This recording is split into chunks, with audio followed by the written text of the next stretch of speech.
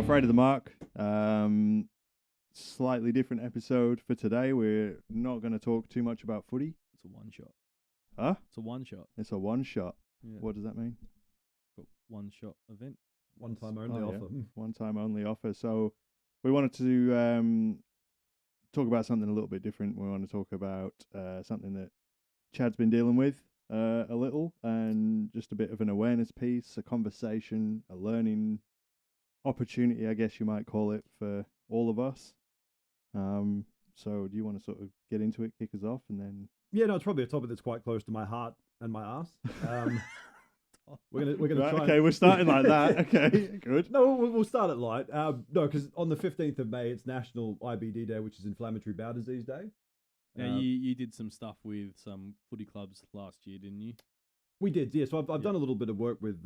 It's also with the day, that's the international day of it. There's also a non-for-profit organisation that's coming up for its 40th year anniversary that supports people specifically with Crohn's and colitis. So I mean, today we've not really done a lot of planning. This is probably going to be not raw, but it's probably going to put me in a few uncomfortable spots. But we'll go through it. We're just trying to create more awareness, I guess, and not make it about me, but my experiences, and see if people can learn. I mean, it is about you. Neither of us deal with it, so no, it's true. We can relate to it from our own experiences, but yeah, it is about you and your story and what you deal with, and if someone can listen to that and go, "Hey, shit, that's me," or "Oh, cool, I didn't know that about myself. I might look into that as a, you know, like you because you experience it, you can offer more than awareness. I think it's beyond that. It's that personal experience might do more for someone. Yeah, it's not just something we'll read out of a textbook. It's more like, I guess, not just my experience, but I guess how it's made me feel and the different points to try and, because it's not just that disease, it's all disease, I guess. People can feel that way. It's beyond a medical condition, isn't it, really? It becomes your life. Yeah. But I mean, even just to kind of go into, like, I mean, with, Crohn's, for example, it's an autoimmune disease that targets different parts of your digestive tract. So it can be anywhere from your mouth to, we'll try and sound medical, to your anus. Butthole, I guess, would That's be the planet, mate. That's your anus, not mine. That's what you said, and you said it so fast that.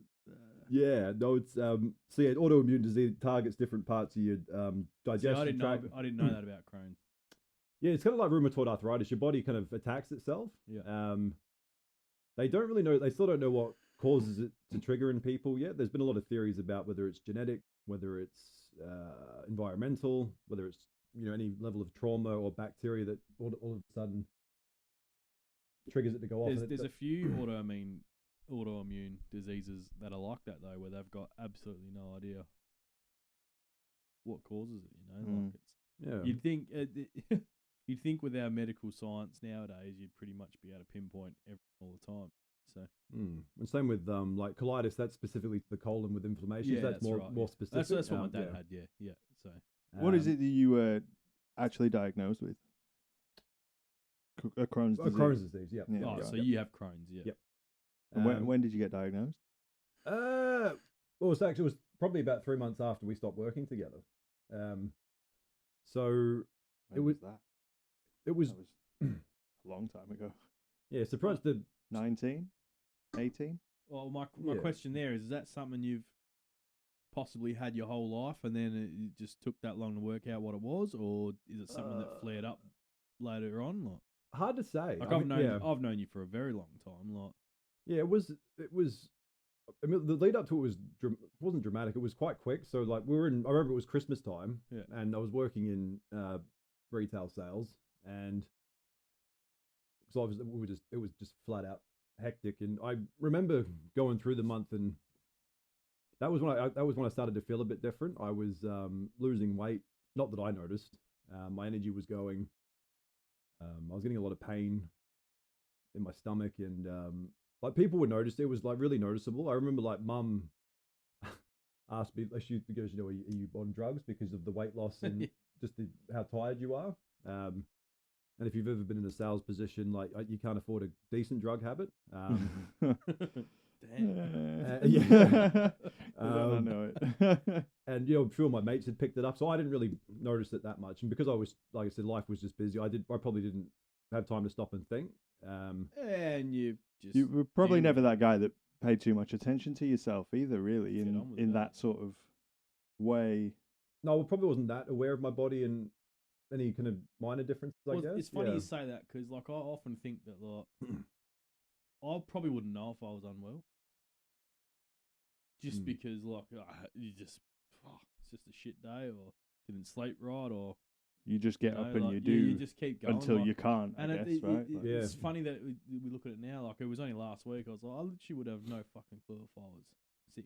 Mm. If I was unwell, I wouldn't know. And there's like, I just, like, to know your body so well that you can go, there's a problem with me. Like, I don't think people have that the way that animals do, you know? Like, No, that's true. when a dog gets sick, the dog knows immediately and their behavior changes because that's their way of telling you there's something wrong. Like, I wouldn't have a fucking clue, man. No. And it's probably when you're that young, like, you know, like, you go, You're taking too busy taking life for granted and thinking I'll feel better tomorrow. illness is for old people, right? bulletproof. Yeah. Like, I'll feel better tomorrow. I got a bug, you know, like, you kind of for it to be so noticeable externally and you have no idea. Just says a lot about you as a person, I think. Just like your capacity just to deal with things and keep moving, and it's like Potentially says a lot about the illness as well, though, how it creeps up and can sit there unnoticeable. Well, it went from 0 to 100, so it was getting progressively worse. Not that I really, like I said, on reflection, I can look at it was getting worse, and then it was New Year's Eve, and I was the only one out of all the lads and lasses who didn't drink. And I was the only one who wound up in the ER the next day, ironically. Wow. But so and I remember saying, like, we all did the New Year's toast. I'm like, you know, here's to a good year. It's going to be, you know, we're going to kick it off strong. And then I remember I was picking up two of the my friends who were at the party, taking them home, and then all of a sudden I got this really intense stomach pain. So I thought I'll sleep it off. Got really, really bad, and then we had to call out doctor, and he had a bit of a feel around in my stomach, and he goes, I'm pretty sure it's your appendix, so let's get you to hospital and we'll have a look and whatever. And I'm not sure if anybody's ever been to the emergency room in Rockingham on New Year's Eve the day after. I've been there on a Wednesday, mate, and it's bad. So. Yeah, it was entertaining. And then I guess I'm not sure if it was because of my age or my tattoos or, you know, what I was saying in terms of just having really bad stomach pain. Not that anyone was dismissive, but I mean, obviously they're trying to, you know, rate what kind of risk. Oh, that's where it is. Yeah, people often get mistaken. Like, oh, they just treated me like I was full of shit. And it's like, no, they just need to work out if you're worse than the person who's got a fucking spear through their limb in a car crash, or like this person who's broken both their legs jumping off a roof, or like or the fella who's kicked a wall and broken his toe. Like, he can wait. So you know, frustrating being in that scenario where, like, they can't see it. So how can they actually judge it? You know, like. And they're trying to figure out your pain threshold. So I remember I think it was I remember things vividly. But one of them was a male nurse, and he goes, "Look, sometimes stomach pain can actually emanate up from your test." So, you know, I'll do a bit of I'm going to do a bit of an assessment. I'm like, and I like, whenever I deal with things, I'm quite dark humor or sarcastic. Yeah. So I was like, look, if you want to have a feel, just have a feel, but don't, it's in my stomach. I'm telling you right now. If you want to touch me up, buy me dinner. Please give me some oxy and then we'll go, right? You know? So I finally got put through, and then they didn't scare me. They just go, look, it's probably your appendix, so we'll go in and we'll have a look. And now, generally, by default, whenever they open you up, regardless, they'll take it out just because you're open, right? And it doesn't do anything. But for whatever reason, they didn't. And that'll lead into a story later. But the surgeon goes, look, you know, your stomach is really, really inflamed. He goes, I would go to a gastroenterologist. I would get that checked. He goes, I'm pretty sure you've got Crohn's. Well, what a good surgeon. Yeah. Yeah. And I was like, I don't know what that means. How often a doctor is like, right. That's crazy. To get it bang on, like, you got a surgeon straight away who goes, yep, this is what you got. And so, I got referred to a gastroenterologist. And so sealed back up without your appendix being taken out and just told something else is wrong. It's not your appendix. Go home. Yeah, pretty much. You'll go to a gastroenterologist. Yeah. So, and that's I got referred. And then she just goes, look, the only way we're going to the only way I can see what's going on is if we do a colonoscopy. And I'd never had one. I'd heard about them. Mm. We always thought it was funny when Mum got them. It's not funny when it's you. No. And And No. And for anybody who's never had The one, old Nelson Muntz. yeah. The operation's actually quite pleasant. It's the prep that sucks. I've heard this. Yeah, you got to drink some weird shake thing. It's industrial strength laxatives. Yeah, and you got to fast for like 24 hours. It's gotten different now. They can do what's called the white diet, which came in only just the last time I had one last year. So it's a little bit less. You can still eat up to a point, and you drink less, but you just slowly start dropping away. A lot of it, as long as you eat like clear stuff, because if you cloud when they're up there, you'll have to do it again, and you don't want to prep twice. So yeah, I remember the first time she goes like, "This is the prep," and I'm thinking, "Oh, I don't like this at all." And I was getting really, really anxious because like I know we can only speak as males on this podcast, but I wasn't keen to be knocked out and penetrated. So I mean that prefer to be alert for that. Yeah, well, just ask the chick at Macca's. Yeah, if I'm paying for it, you know. He pulled up to the window at Macca's and went, "Peg me." Did they give you a shot of ether first? Yeah, that was mid-conversation. Thank you. Yeah, but she didn't know that. The poor chick. And so I was. So obviously I did the prep, which was horrible, and like I had to drive an hour to where the hospital was, which, you know, whenever you've been completely cleaned out, it's uncomfortable. You're holding like. No. I mean, like once you're cleared out, you're okay, but you don't know what's going to happen, so you're anxious, right? How do you know once you're completely cleared out and go, okay, now it's good to drive? Oh, you'll know. Yeah, right. On scales maybe. Yeah, true. I'm 6 kilos lighter. You know, and like the first time's the experimental phase, because then like after about maybe 3 hours of, you know, everything coming out, your asshole starts burning. So if you're ever going to use it, use Sudocrem just to coat the hole, because you laugh, but it'll save you. Right. So it gets quite tender. All your bile comes out as well too, does it? Yep. Yeah, it's pure water. That's grim, eh? So yeah, and then we drove up. And this is summertime, so it was 40 degrees when I got out the car. So you're not allowed to drink for the 5 hours beforehand either. It was in the afternoon, so not ideal. Even prep. water, like. No. Wow. So you know, get in the nurse. You know, how are you today, Chad? I'm like, I'm fucking great. Never felt better, you know. And then, you know, obviously, then they go, look, you know, you get in the gown, and then, you know, I was still quite nervous, because I never had it before, and then so I left my underwear on under the gown, and we're going through and whatever, and you know, there's a couple of one male nurse, a couple of females, and obviously my gastroenterologist, and you know, they get me ready and moving around, and then it's like, oh, you know, you've left your undies on, Chad, and I said, oh, I saw, I didn't even think to take them off. So they kind of helped me maneuver them down, and they stopped at my knees, and I'm like, well, now I look like a whore. Yeah. Kind of awkward. And my awkwardness was making them awkward. And he goes, well, do you want them off? And I'm like, well, if you could. And then I don't know if I get, like, obviously I have absolutely no medical training, so if I say anything wrong, please forgive me. But I thought they like bent you over to put the camera in, because that would make the most sense to me.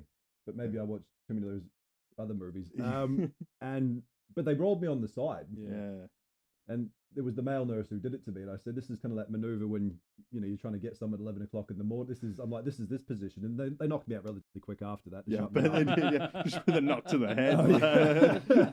We're not waiting for the needles. Someone's in there with a reenactment. Fucking joke. It's like, you know, and I said, yeah. So anyway, so then you get knocked out, and then I've never really come out of anesthesia well.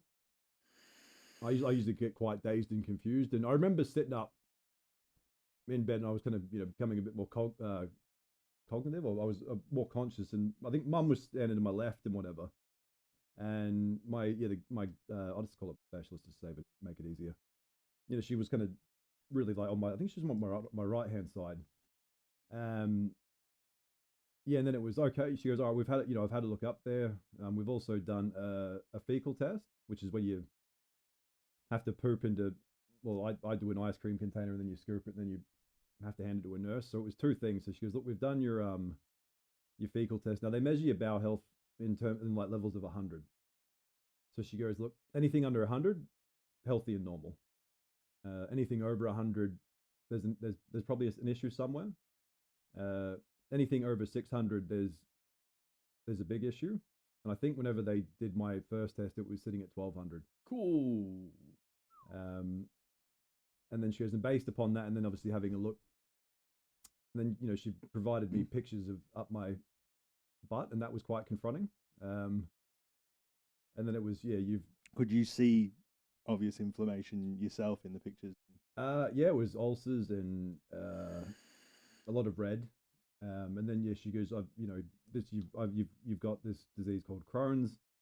She goes, look, it impacts everybody differently. Yours is highly aggressive. She goes, it's lifelong, so there's no cure, and we're going to have to get on this quickly, and we're going to have to manage it. So yeah, and then she goes, I'll give you a few minutes maybe to process that. Mm. And you were with your mum at the time? Yeah, Dad was away. Yeah. That would have been pretty rough for your mum to be having that conversation too, and having a... Well, our only son, yeah. Yeah. You know, and it didn't really hit me at that point because it's a really weird thing to get told, especially when you're coming out of anesthesia, because you a little bit woozy anyway. Yeah, so I was like, oh, okay. And then she's like, then all of a sudden it was, all right, you're going to take these 2 tablets, then you've got this tablet, and then we're going to start you on so pretty much the tablets they gave you originally were, they're immune suppressants. So they suppress your entire immune system.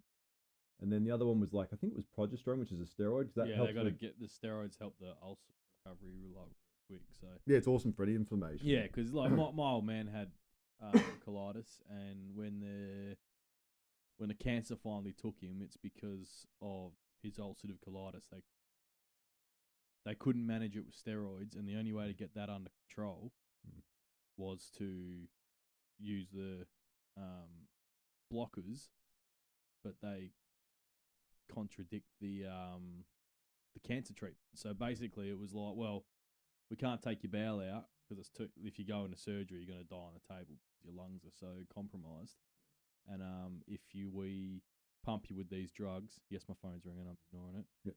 If we pump you with these drugs, it's going to accelerate the cancer because the basic treatment is like, and in the end, it's like, he'd beaten cancer once before, and he probably could have beaten it again. But the first time he beat it, they were able to manage the colitis the whole time.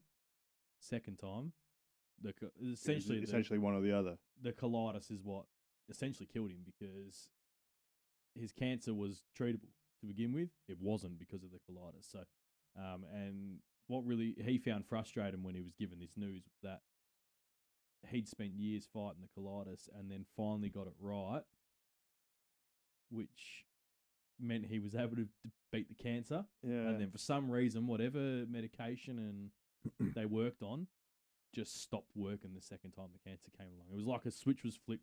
Maybe the body got used to it, I don't know, and just went, no, this doesn't work anymore. Or, your immune system might be dealing with the cancer different this time.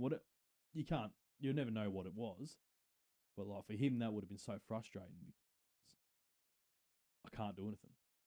I'm stuck here and I literally can't fucking do anything. When last time, I belted the fuck out of that. And yeah, there was always the steroids and the blockers, basically. Derailing the story there is the steroids blockers were often what they go. And they when you struggle with both those, so another friend, she's got colitis too, and they got control, manage hers very quickly. She has no issues now, just regular medication, and she's pretty good.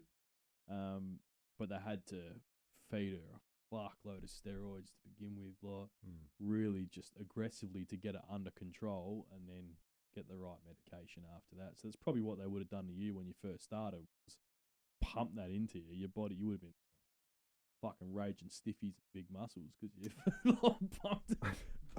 pumped with all those roids. And for people who don't think steroids are performance enhancing, until you've had them, you get hungry, you get, I would say, agitated, aggressive. Maybe it depends. I mean, like, we're going off track. So yeah, so pretty much they pumped me. It was quite full on at the start with medication, and then they said, look, there's also a biological that you can take that's relatively new, but because with the tablets they suppress all of your immune system, but the biologicals are designed to only suppress your immune system in your digestive tract. Right. So it's more specific to. So is it like something live that is being put in there, like a bacteria or something? I think the way my specialist explained it, it almost replaces the immune system in your digestive tract, and then it's a calmer version of it. Right. And there's 3 different biologics that are currently on market. I've had all 3. I've been on all 3. Like I've tried all 3. So the first one No, Oh. are they some work well for you, others didn't, or like it's because for you to be on all 3, there's got to be a reason why you've come Why off you or- chop and yeah. change? Well, the first one. So like the first one we did, the doesn't matter which one you have. The first one they make you do in hospital as an infusion, just to make sure you don't have an allergic reaction. So, I remember when I hang on, let me. So got diagnosed, and then sorry. Think about what you're saying, man. Yep, and then but then I had to go to work the next day after all of it. And I didn't really. Why would you go to work? That's just the way it was. I just wanted, I just thought I'd go. This goes back to what we were saying before. You just crack on. Yeah, all right, no worries. And the Disease for the rest of my life. Yeah. Better get to work. Yeah, and Somebody else out there needs me. Sell some products or some jumps. Yeah. Well, that's sales in a way. Like you don't really have time off, and the team I was with in at the time, I didn't really have a lot of. But there wasn't like a strong kind of what's it called culture. It wasn't a good environment to be in, so I couldn't tell anybody like that. That's got to be frustrating. That's got to be. I didn't even know what it was. I couldn't explain. Yeah. I mean, I googled everything when I got home, which was a dreadful idea because I was seeing some of the stories from people, and that was incredibly confronting. And then if you look back now, do you think it was bad that you googled everything and saw all those stories, or do you think it prepared you for what you may have been facing yourself? I think for at the start I was in denial for a bit. Yeah. It wasn't until I had my first infusion. I think it was maybe like a week or something later, and I got up to the hospital, and then they're like, "Oh, your infusion's in the chemo ward." I was like, "That's weird." It didn't make sense to me. I was like, "That." I said, "But you just think it's naturally for chemo." And then you kind of walk through and whatnot, and it's you've literally got 4 chairs on each side. There's no curtains or whatnot, and there's people getting chemo, radiation, dialysis. So that was I got diagnosed when I was 27, and luckily I was relatively healthy up to that point. So I'd never been in any of those kind of scenarios before, and that was really confronting. And I felt a bit like not the fact I didn't belong there, but I didn't deserve to be there because those things that those people were fighting were quite life-threatening. Well, you can't say that yours isn't life. I was going to say, at this stage is... You don't know how severe it is. Like it's but I'm still in my early stage. I've not really had to. But that was just where my head was. You can't think that you don't deserve to be getting treatment like other people for different things. Like I get what you're saying there because you know that they need it. They're really struggling, but you don't know what yours is at that point. And and look at it from a different perspective. You're a new face that's coming into those chairs where those guys are there every week, every day, getting that thing like. One of the old blokes was I thought he was being serious because he goes, "Mate, you're in the wrong spot." Because I'd never been in. I'm like, "Shit, I'm sorry, mate." And he goes, "No, you're too young." Yeah. And that's that's someone you're saying you don't belong there. They probably see those old blokes walking in and going, "Oh shit, why is this poor bastard?" Yeah. And for them, they got a young bloke they get to have a chat to, different perspective, make them feel a bit better about themselves. I don't know. Those sort of diseases and where you need that level of treatment, like no one knows what you're going through except people going through it. So, you might have made someone's fucking day by going in there and you're shitting yourself, going, "Fuck, what am I in here for? I shouldn't be here. These guys are really struggling. Why am I here?" And they're probably going, "Here's someone we can have a chat to." And like we know you, we know what you like. You like to have a chat. You probably would brighten the room where it's a bit. You would think it'd be a somber mood in there. Yeah, that's the word I want. Somber. It's quietly haunting. Yeah. But when you roll in, it's probably a breath of fresh air. It's always my height they get because there's a nurse there, and I hope she's still there. She was really beautiful, just a lovely person, and she would always make sure she kept up with you and stuff. And I remember she was like, how are you dealing with everything? I don't know. I'm not. I guess what do they call it? Like disassociation. I guess I just completely not felt it, and I didn't want to feel it. Yeah. What does that timeline look like between getting the diagnosis and getting cut open for an appendix surgery to then sitting there in that chemo treatment room? How long? 2 weeks. Yeah, give or take. right. So it was quite quick. So that's a lot of shit that's gone on in the space of 2 weeks too. Yeah, I'm still working in between this time. I'm trying to, like, I'm struggling at work, even though I don't think I'm struggling. But like, I was just, I mean, you're scattered, because you think about, you're just thinking, you think long term things, which is odd, because it's lifelong, right? So it's like, all right, so if I get married, if I have a kid, if I, it's going to be there with me. Yeah. And you're trying to rationalize that level of time, and then it's sort of existential then at that point, isn't it? Because you're sitting there thinking, shit, what does the rest of my life look like? Especially the age of 20, I'm still in your 20s, like you said, you feel bulletproof, and then you always think that'll never be me, and then all of a sudden it is you, and then they pumped me full of steroids. I had the biological, and I was like, oh, I'm not allergic to it, so that's good. And then it's all right. Now I feel really lethargic for a couple of days after it. So they pump you full like a lot. Then obviously that impacts you to a degree. And then you take some time off of work after having that done and having that treatment. I think it was a day or two I took off. Yeah. Then I was still going at work, and this is the thing about maybe my lack of awareness, not just with my head but with my body. Like I thought I was fine and I was handling it well, and I wasn't. I was getting not snappy, but I was just angry. And then maybe there was points where I would let myself feel it a little bit. And then obviously it's not indignity, but whenever it's that part of your body with whether it's feces or like it's embarrassing, right? No disease is dignifying. I think it was one day I went into I remember it was a Sunday, and I wasn't particularly angry. I was actually one of my better days, and the manager at the time was being a dick. And sometimes, I don't know, I was in that frame of mind where I didn't care what happened at that point, because I'm just like, you got enough shit on your plate, gives a fuck about work, right? Well, it's the first time my mortality was challenged in that way. Yeah. And then you're invincible when you're that age. Like, literally fucking like. And then, no, he said something, and I snapped back at him and just told him what I thought of him. And I don't regret it today, because he was an idiot. No, good. Fucking stand your ground, mate. But that's not me. But then he's not talking about me. The timing was I was 2 weeks before probation, and then I got walked on Monday because I had spoken out of turn. So now within the space of, this is maybe a month, I lost my health and my job. You didn't need your job. No. No, looking back, I didn't. But losing those two things quickly. Oh, I would have rocked you mentally. Like, well, I mean, it's still just a job.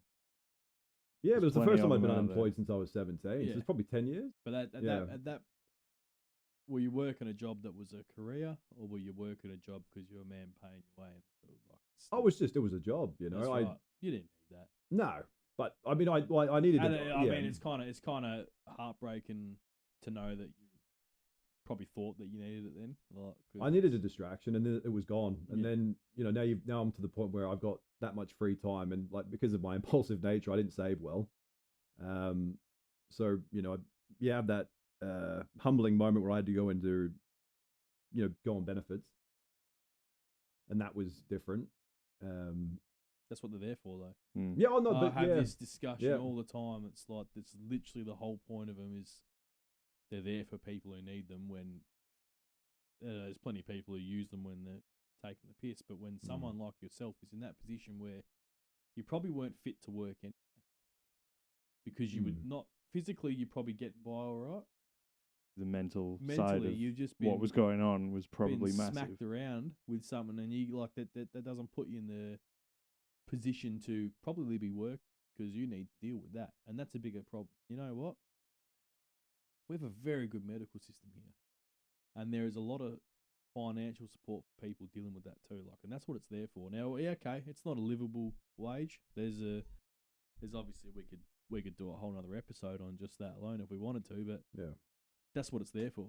And there's no shaming. If you felt shame for that, then that sucks too, because that's the whole point of it. That's what you've paid tax for prior to that. No, it wasn't. It wasn't. It was my pride took a little bit of a hit. Yeah, you always get to that point where, again, it's never going to be you. And I remember going in there and trying to explain. I remember the lady asked me, "What's your medical condition?" I'm like, what is it? How does it impact you? I'm like, Yeah.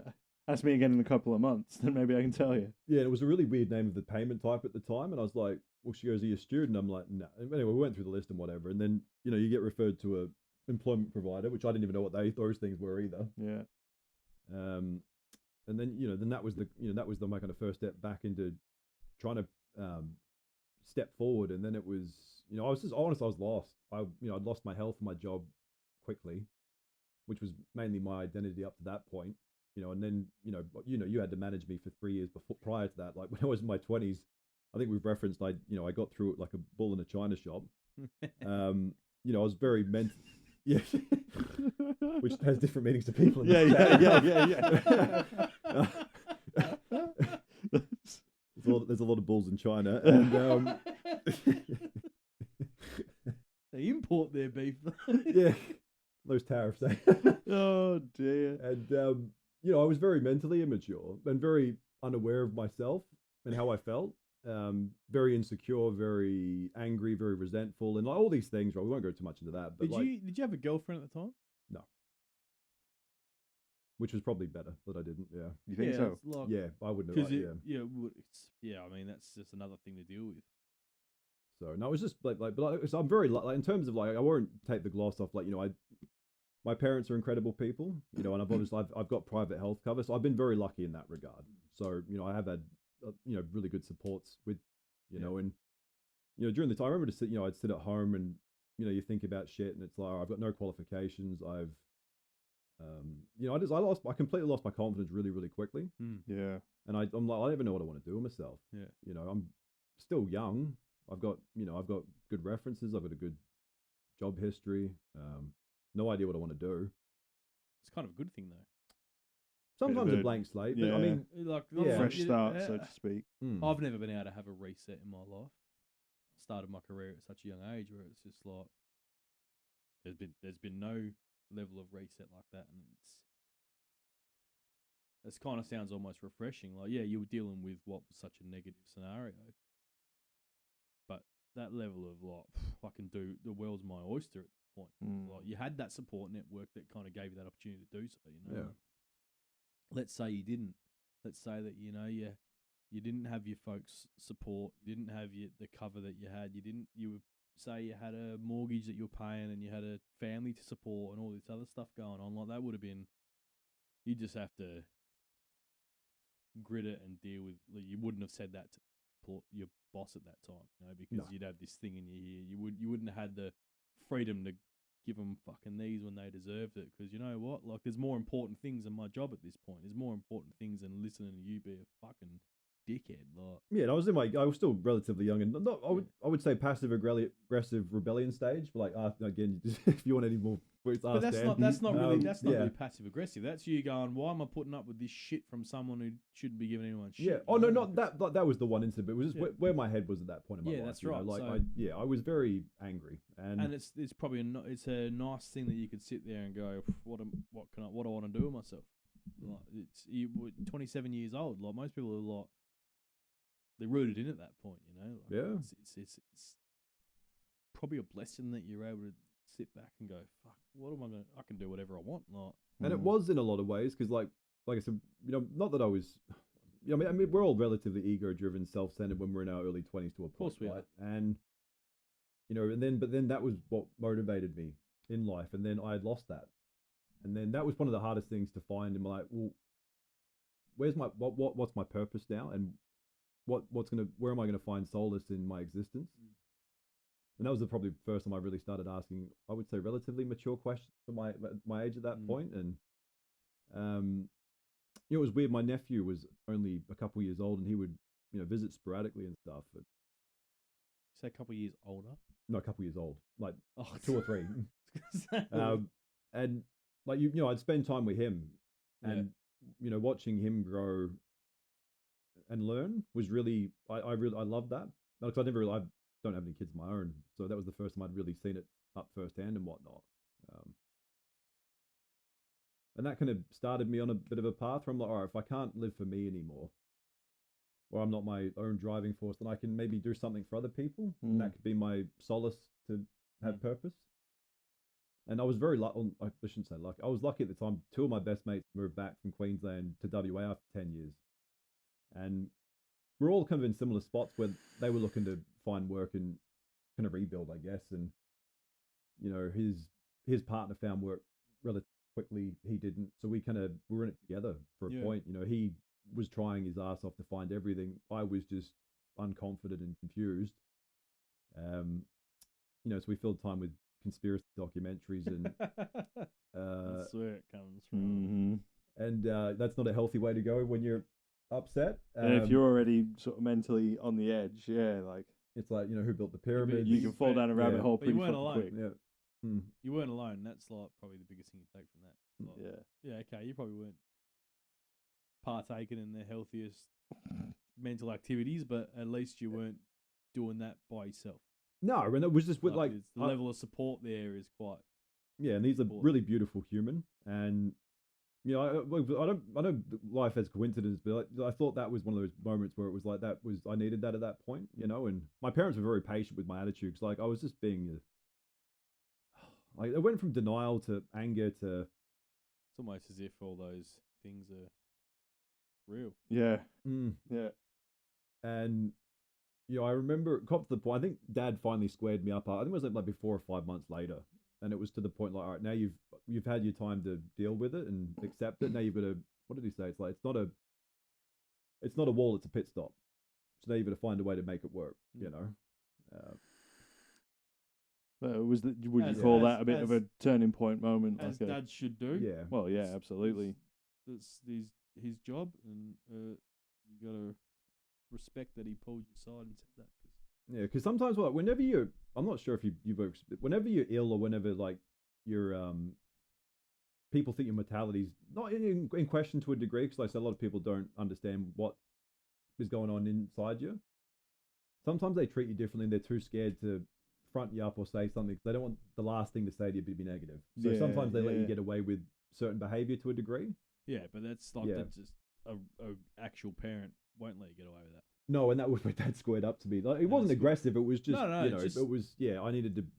Probably needed to hear it. Bit of a slap in the face. Yeah. Probably needed to hear it. And like, it's by not saying that to you would be a failure towards as a parent.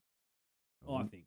Yeah. And potentially just as a person too. Yeah, like, I mean, like you say, people would probably adjust how they say things or what they let you get away with. You're going to get more leniency from acquaintances, friends. Yeah. Like, at the end of the day, like, that's your folks raised you as a good man, and it's like that has to come from somewhere, and it makes sense that your dad's gonna go, nah, oi, you've had your day. Now it's time to get on with it, because that sort of spiral, like, some people never get out of those spirals. No, and you don't notice you're in it. Yeah, and that's really hard, because then like you find yourself in these really negative thought patterns, you know, and then it's, you know, like, so naturally I was quite insecure, so it's amplified now because of that. And you know, we won't really touch on my career, but I ended up finding something that helped me deal with it in the industry that I became, because it was people in similar positions to me or worse. So, and I guess doing that helped me not confront what I was doing, but it was, you know, I was one of them. So it was a personal thing where, I think it's made doing your job, without digging too deep into what it is that you do you think it's made doing your job easier for you, having gone through what you've gone through already? Well, even just talking to people about, like, cause they naturally they have to be quite vulnerable with us, you know, and so having their stories, and then, you know, the more people talk about their own, the more it kind of encourages you to do yourself. Obviously, with that, you don't want to bring it up, you don't want to show disrespect, but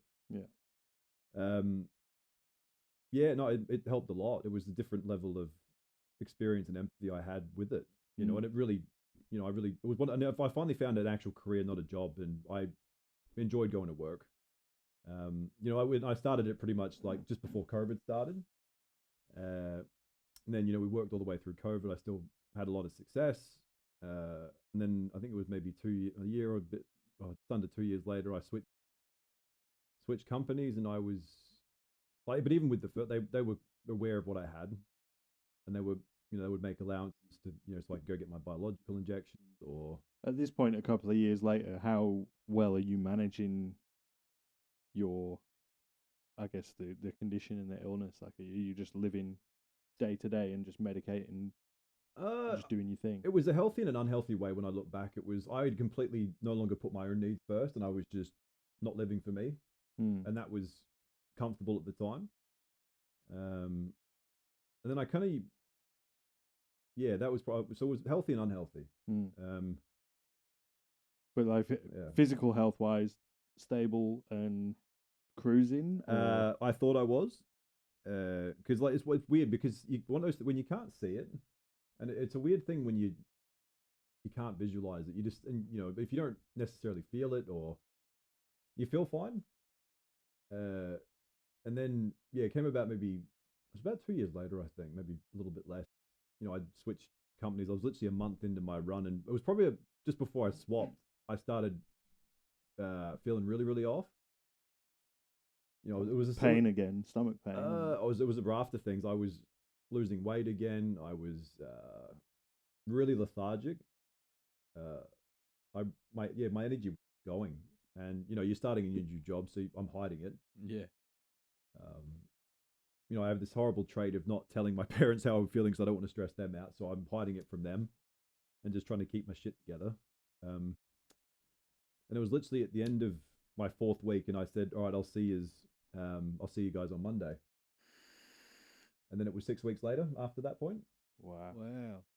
So I guess this is going to be the interesting part. So yes, what happened is, so pretty much Saturday night, the whole of Saturday I felt dreadful. It was just, I was getting worse and worse. And then Sunday I pretty much crashed. And so this is during the height of COVID, keep in mind. So not super keen to go to the hospital when you're immune suppressed or in any other condition. Yeah, of course, absolutely. We didn't understand the lies they were feeding us then, so. Like everybody's ramping, and I remember my parents called for an ambulance because I needed to go, and during that period of COVID they would put a doctor on the phone to you before they would dispatch. That's right, yeah. And I spoke to the doctor about what I had and what I was feeling, and he said there's not much really can really do for you apart from put you on an IV drip, so we're not going to send an ambulance out. Fuck no. And that was because my dad had to call him. He was like, okay. So instead of, they ended up driving me up to Fiona Stanley. No, sorry, it was Murdoch first, sorry. And just to make it a little bit AFL podcasty, when I drove up there, Aaron Sandilands was standing at the front, and I thought I was hallucinating at the point. Yeah. But he was there, bless him. It must have been weird seeing an ogre in real life. Yeah, because he's like one of the other people that's taller than me. Yeah. So then there we go, AFL podcast. And so, again, we were... I met him once, and he grunted at me. And I chuckled walking away. Yeah.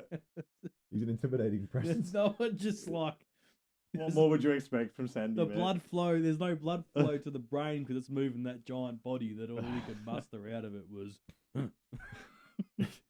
And so we get in and whatnot, and then I tell them what my symptoms are, and they go, okay, we'll do a CT scan. And my body hates it. Every time I've had one, I've thrown up. I don't know why. And they go, oh, it's your appendix. It's ruptured. Been here before. Feeling like shit. And so we'll jack you full of antibiotics, and we'll take it out tomorrow afternoon. They said, but we can't do it here, so we're gonna have to transfer you to Fiona. So it's only up the road though, isn't it? Yeah, they still stung me tried to sting me $1,000 for the transfer fee for the ambo. Yeah, which we contested because it gets more interesting as we go. So I would just walk there. So I said goodbye to mum and dad, and I said, I'll see you guys mid-morning before I go on, under the knife in the afternoon. And so then slept overnight, woke up probably about 7. Would have been around 7 o'clock because it's a learning hospital. What's the fucking odds that it ruptured though? Well, this is where it gets interesting. So I see at 7 o'clock, all these like doctors and students are in it. I feel like a monkey at the zoo, and I'm like, okay, it's a lot. Crowding around your bed and just in the room, yeah, and reading charts and shit. Or just talking and looking at me, and I'm like, hello. just act. Well, arguably the makes most me- awkward man you just- could ever meet anyway, just- but let's all talk about me like I'm Just- not here. It just makes me think of Scrubs. Yeah, yeah, yeah. Could you yeah. imagine him Fucking being the JD. patient and JD's the fucking learning doctor? Yeah. Like, they're just the combination of the two. yeah. That would be brilliant. Yeah, and it was, and I was like, okay, this is, so I thought it was a lot of people for an appendix. I'm like, oh, maybe they're learning or whatever. What, who cares? And then this little British lady walks in. I just remember she was short, and Everyone's short to you. yeah, but no, she was quite short, and she tells them all to get out. And I was like, okay, that's weird. So I'm like, they're supposed to be learning. Then she, introduces herself. I think she was professor of gastroenterology, like big title. And I was like, yeah. and I'm like, so you're smart, okay? Your parents must be very proud. And she sits on my bed and she goes, have you got any family here? And I said, no, they're not coming up till mid-morning, so no, they won't be here for a while. I said, why's that? And she goes, oh, we need to have a chat about something. So if they're not close, we need to kind of have a chat about it now. I was like, okay, appendix. I don't know what chat's about. And then the places your head goes, I was like, oh, it's the C word, right? If she's sitting down and she's asking if I've got support there. So now I'm starting to get nervous. And she goes, look, I had to look at your CT scan because your symptoms for the last 2 days make sense that your appendix rupture, but you said you've been having pain and all these other symptoms for about a month, and that doesn't line up with your appendix rupturing. And so then she goes, look, your appendix is ruptured and it's, putting all that crap in. But she goes, there's also we've picked up a perforation in your small stomach. Perforation is just a fancy medical word for hole, essentially. Yeah, so she right. goes, look, you're... That's going all into your abdomen at that point. Like. Effectively, yeah. And it was... I'm wondering your pain, you're going to have acid and all that bile just spilling in with whatever's left from appendix going every... Jeez, that would have been horrible. Yeah, and she goes, I didn't know what the word perforation meant, so I'm trying to act like I know what she's talking about. And so look, she goes, we're gonna have to. What did she say? She goes, so look. So what she goes, I think she tried to break it down. She goes, so what that means is she goes, when there's a hole in your small stomach, she goes, we're gonna have to do a procedure where we're gonna disconnect bowels, and you're gonna have a stoma. Now, I'd never heard that word. And I had 2 rules with my specialist. I said nothing that affects my hairline and no bags. Anything else, do what you want, right? And I said, what does that mean, stoma? And then she goes, do you know what a colostomy bag is? And at that point, I was like, no, I'm fine. I said, just take out my appendix. I said, my specialist had spoken to me about it at a point, like saying this might be something we have to do down the future because of how bad it is. And I'm like, no, I don't want that. And so I argued with her for a good 2 minutes, which I lost. At least you had a crack. So, and she goes, years of medical training won that battle. Yeah, I was like, look, I have a certificate for, so don't try and talk down to me. I went to TAFE, motherfucker. But when she goes, all right, so this is what we're going to do. So she goes, yeah, you're going to have she goes, look, the only thing I'm worried about is, so you've got a hole in your stomach, your appendix, which I think is what caused your appendix to rupture. She goes, I think. She goes, you're immune suppressed and you've just come off a round of steroids. So she goes, most surgeons wouldn't touch you unless it's life-threatening. She goes, so they don't consider that to be life-threatening. No, I mean, no, they wouldn't touch you because if you come off a round of steroids or you're immune suppressed, they generally don't like to operate on you because of the risk of infection and complication. That's right, yeah, okay. So she goes, you're immune suppressed, you've just come off a round of steroids, there's a hole in your stomach, your appendix is spewing crap into your system. She goes, look, I'll be frank with you, if you didn't come in last night, you would have died sleep. Ooh, good grief. And I was like, okay, that's dramatic, but fair enough. And she goes, what we're gonna disconnect your bag. You're gonna have a stoma bag for 7 months. I was like, oh, that's a long time. And I didn't really know how they operated because all I was thinking is colostomy. And I'm like, was that so your stomach could heal? Is that the whole point of it? Yeah. So whenever they patch it up, they need to not have anything running through it for a period. Yeah. And she goes, look, I don't know what condition you're in inside, but there's, a strong chance. I don't know how much of your bowel we're going to have to take out. Yeah. And she goes, there is a slight chance that you won't make it through the surgery. Fuck, that's heavy, eh? Yeah. And this is it's heavy. You know, it would have been insane for you at that time. But I mean, especially like you said, like your folks weren't there. You're literally on your own. Yeah. But it's heavy hearing that now, looking at you years later. Yeah. Right? Like it's to think that you look perfectly healthy, you live a normal life, and it's wild to think that at that point they're telling you might not survive a surgery. Just doesn't. Those wires don't seem to meet up to me, you know. Yeah. Like it's hard to think that you were in that position. Yeah, and it was like just like I said, first thing in the morning, and she's saying a lot of things to me, and then it was like, look, you know, we've cleared the theatre this morning. You're going to go in the next 20 minutes. Yeah.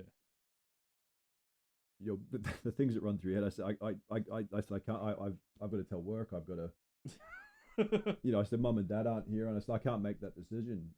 And then, but as if I had a choice, and then she goes, if you look, it's either we do it this morning, or she goes, well, you're not going to be here this afternoon. So she goes, it's not a choice. Is it like, weird question, is it like in the movies when, you know, people are delivering heavy news and it sort of turns to white noise and you stop hearing the words they're saying, and you try to process everything too quickly. And like I said, the places your head goes, I'm like, shit. I'm like, I've got to call work. How do I explain that over the phone? Yeah, I'm not coming in today. Well, you know, starting a new job. I would just be like, fucking send a text to my folks and say, call work. I'm going in for surgery. Get in out. I'll see you on the other side. Because that does two things, right? That you've covered your bases, and two, you've told them, I'll see you when I get out of the theatre, right? And that steals your resolve at that point. You know, you're probably like, I'll see you in a bit. Do this for me because I'm otherwise engaged. I got shit to do. You know? Help me out here. But I mean, I like to think that if I was ever in that situation, I'd be like, yeah, doc, let's go, let's rock and roll. But I mean, I haven't faced my mortality, and I just I've always said, I'm immortal till I die. That's how I've been saying that since I was a kid. You know, and I think it must be hard coming from thinking that way and living that, especially at that age. You know, like this, you know, what's COVID 5 years ago? So you're 28 at the time, and it's like, yeah, I'll fucking handle anything. And I was 3 weeks after my 30th. Yeah. Oh, okay, right. Yeah. Okay. Oh well, It's been end of COVID then. Oh, we're still relatively into it, yeah. Because so then, she said all these things to me, and I'm like, okay. And she goes, look, we need the anesthesiologist is going to have a bit of a chat. And then she goes, we're going to knock you out pretty quick. I was like, well, I've got to call my parents first. But then, you know, I'm thinking, what the fuck what do I say to them? And well, you got to repeat everything that you've just heard, and you haven't had a chance to process that to be able to tell anyone. So no, so I'm literally like, I'm just purely on transmit. And So did you speak to your parents, or did you just? No, I called them. I said, you know, are you guys far off? And they're like, oh, we'll be up in about another hour. And I'm like, no. So no, I'm explaining it to Mum over the phone. Yeah. She's on speaker with Dad and shit. You know, and I'm just saying, look, this is what has to happen. And yeah, and Mum's just like, you know, well, don't make a decision until, you know, we don't. And I said, it's not a decision. It's there's no time to make a decision. No, so then you know, and she's getting upset, so I'm naturally getting upset. Of course you are. And you've just been told chance you might not walk out of that surgery. So what do you? Yeah. I know this is probably real hard for you to relive right now, but like, do you say goodbye at that point? Like, Well, I've got like maybe a couple minutes over the phone to tell, you know, the people who kind of brought me into this world and invested in me. And yeah. You don't have enough time to say the things you need to say to them, you know, like. And when your folks go, you lament for months after, going, I didn't say this and I didn't say that. Imagine how that's after they've gone and you're sitting there with 3 minutes to go, 5 minutes to go, and you're like, what do I fucking say here? Like, that must have been so hard to do because they're the only people you care about. That. Oh, it's family. Yeah. That's right. Like anyone else, you probably just go. Couldn't give two fucks about you. Your childhood best mate goes straight out the window at that point because like you've got limited time, and you've just been told that you're not walking out. You might walk out. Like, I'd prefer not to be told that, eh? Don't tell me that. No, ignorance can be bliss to a degree. Yeah, well, it is. That's where that terminology is like critical. Yeah. Like, we got to do this now because it's getting worse, and you'd be like, "Yep, no worries. Let me just call my folks. Hey, they want me to go in now because they've got spot and theatre ready to go. Clear all this shit out. They're gonna do this stuff. I'll see you later." Yeah. And you would feel far better walking into that.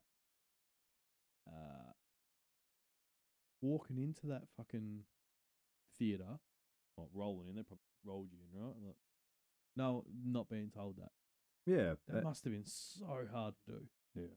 I was more like, no, maybe I wouldn't say lucky, but since I didn't have a lot of time, I didn't have a lot of chance to think. But yeah, well, you don't. Like, this is you like I just said, it takes months after you've lost a parent thinking, I should have said this, I should have done this, like, and that keeps coming to you for a long time. So what's your brain going to come up with in fucking 4 minutes? Like, with no prep, you know, I remember like nothing. No, when you've got nothing but the fear as well. Yeah, that's right. Like, you know, and the anesthesiologist is getting frustrated because I'm on the phone, and I think I was very short, but all I said to Mum was like, you know, I love you both, and you know, and I thank you. Yeah, well, yeah, but I didn't say goodbye, but you like, it's, you probably have 1,000 more words you could say, but like, what comes to you at that point? That's such a shit situation to be in. It's. But there was one surgeon who was next to me. He goes, he put, because I was getting upset, Mum was getting up, but none of us were making any sense to each other. And he goes, look, you know, we really need to get you moving. He goes, do you want me to talk to your mum and I'll try and explain it? That was really nice. That's a good doctor, right? Yeah. There, right? You know, and he was really lovely. And he just sees a position where he can do more than just fucking use his hands. Yeah. And it's like, and not only that, is she'll probably calm down a bit if she's hearing it from him. Yeah.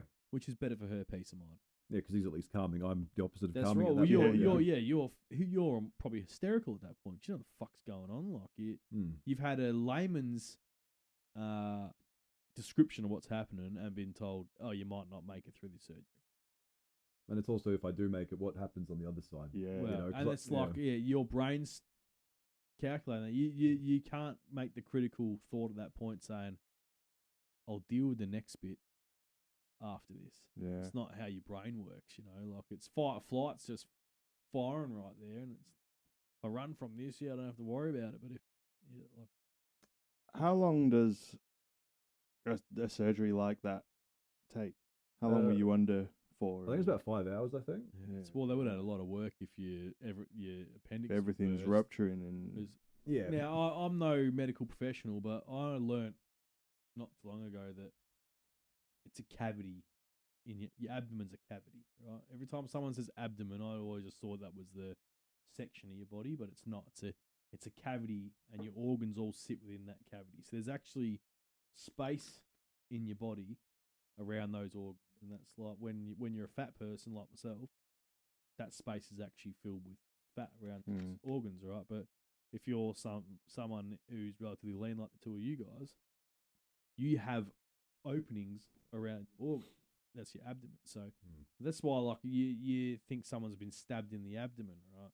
That's a medical term for the blade has gone into that cavity where your organs sit, right? So you could probably be stabbed in your gut, and the gut's not the correct term because that's actually part of your body, but you could be stabbed in the abdomen and actually have no life-threatening injuries whatsoever because, say, the knife they've used goes into a space rather than into an organ or whatever. Space, yeah, that's right. So, and that's why internal bleeding's so critical, because it fills up that cavity. Right? I only learnt this recently. My whole life, I've been under the impression that all your organs are kind of like all compiled together, squashed together within, and they are together, but there is areas within that. So, what a hole in your stomach would be doing, and your appendix bursting, is all you get, and all your bowels spilling out of both those locations, and that would be causing like damage to the outside of your other organs, and then you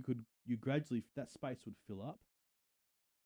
Things get septic and 100%. Like that's the issue. The reason they're probably saying you might not make it is there could have been too much damage at that point, to your organs from that happening. Not so much that the surgery was risky, but rather it's too late. Which by the sounds of you're sitting here, so obviously they got you in time. If this is the afterlife, I'm just That's funny shit. Where are my virgins? So yeah, and obviously I made it through. Spoiler. So I think I woke up 5 hours later, and that was an. Mum and Dad sitting there when you woke up. No, I was the nurse. There was a nurse sitting with me at that point, and I was obviously I've come out of anesthesia again, and I'm not really making head. I remember I was just really confused and shit, and then I was looking, I had like an IV drip in each arm. Obviously you've got your oxygen mask on. I realized I had a catheter. I've got the bag. It's been a real long catheter. Huge. And so there's a lot of changes on me. And you got the thing up your nose and whatever. So I was on quite a lot of pain medication, and then I realized I had I think it was 16 or 17 staples. They had to cut through my abs to open everything up. And so I can't feel any pain at this point. It's just numb from the neck down. Yeah, I'm not numb. It's just I just can't feel any pain. Yeah, right. And I'm trying to make heads or tails of it, whatever. I'm trying to really figure out what's happened. So I'm like, all right. So I remember the first thing I said to the nurse was like, "Am I dead?" And she's like, "No." I was like, "Okay." Shit. Was it a hot nurse? I can't remember. Because it'd make sense if you were asking if you were. Yeah. So it was like a. Yeah, this is the dream's gonna go really well or not? She's just a stone cold stunner, and you'd be like, "Whoa, I didn't make it, I guess." And then it was. So then they moved me, and then obviously my parents came up, and the professor came up and had a bit of a chat to me, and she goes, "Look, it went relatively well. So we've disconnected your bowels. We've taken out it was some part of your bowel where there's like a little water valve. So she look, we've removed that. She goes, we got most of the stuff your appendix has spewed out. We couldn't get all of it. And she goes, look, that worries me a little bit because obviously that's still poisonous to you. So if you start having fevers, let us know." She goes, "The stoma's all right." And this is the weird thing, right? So whenever they disconnect your bowels and your stomach doesn't automatically just start working. It takes a couple of days to kick in.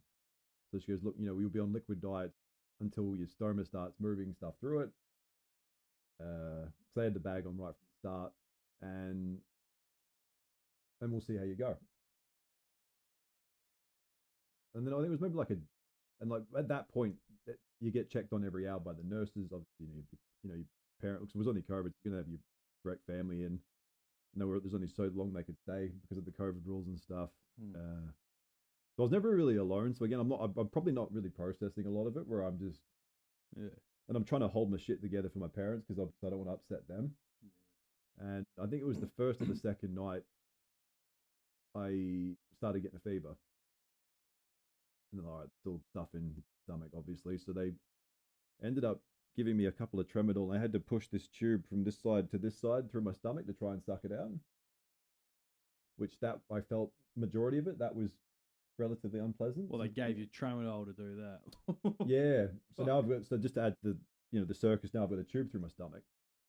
And is that permanently there? 3 weeks. So you had it for 3 weeks. Yeah.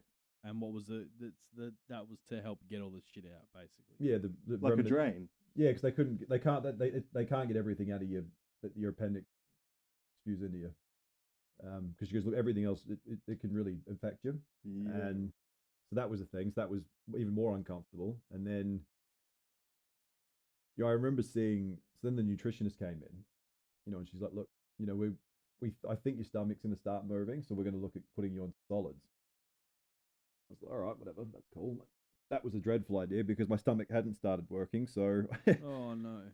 So I think it was maybe day 2 or 3, and we were going into the nighttime, so I'd eaten a little bit, and then all of a sudden, do you know what my ears heard? We were going into the nightclub. So I don't think you fucking were. No, carry on. Mate, the pain meds I was. Yeah. And so we were going into the nighttime, and then all of a sudden I started to get this real big pain in my chest. I was like, that's odd. So they're like, all right, we'll give you some painkillers for it, Chad. And it was like pressure. I felt like I was having a heart attack. I thought that maybe like the nurse that I was being dramatic. I'm like, no, something's off. Like you just back that food's just all sitting there doing nothing. So I think, and then one of the doctors came in and he goes, yeah, I think they'd realised that my stomach hadn't started and it's nowhere to go. So the nurse tried to, what they've got to do is they've got to put this tube, they've got to go up your nose, down your throat to try and get, because they've got to get it out.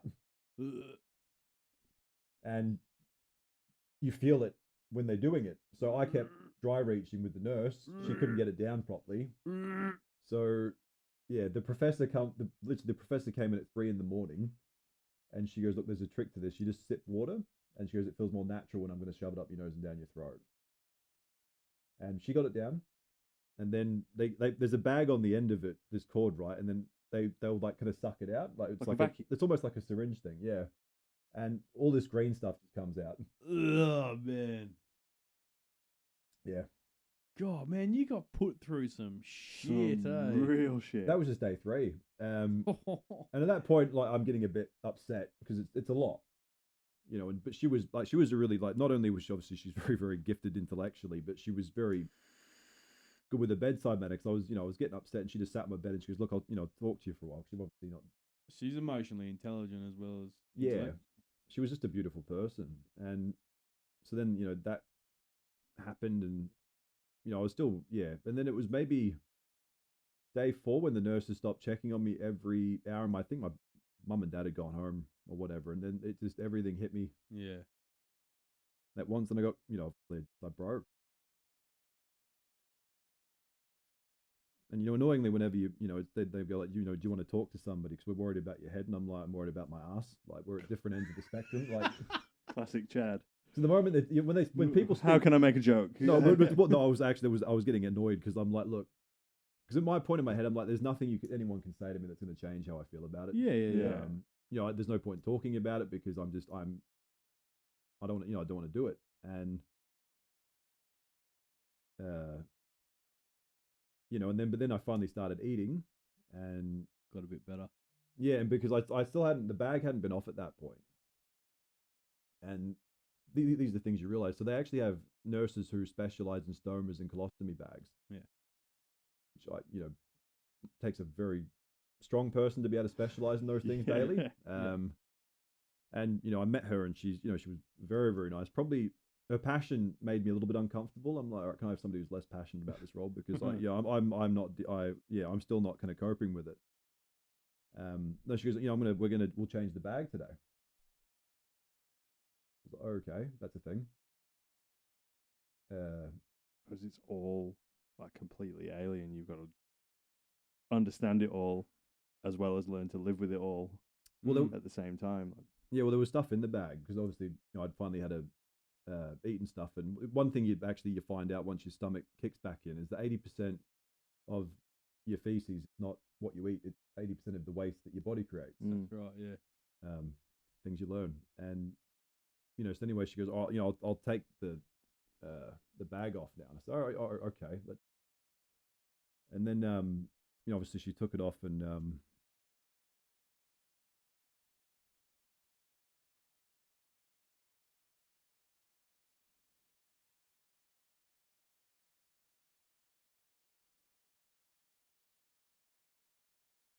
good. Yeah. Yes, yeah, and obviously I saw it for the first time, and that was unpleasant. It becoming real. Yeah, and then I had a movement through it too, so that didn't fucking help either. And yeah, obviously I panicked. That's what they're there for, though. And she was just happy it was working, and that wasn't helping either because she was happy I was fucking I don't know what the fuck I was doing. It's just in that much level of uncomfort that it was that part still fucking hurts.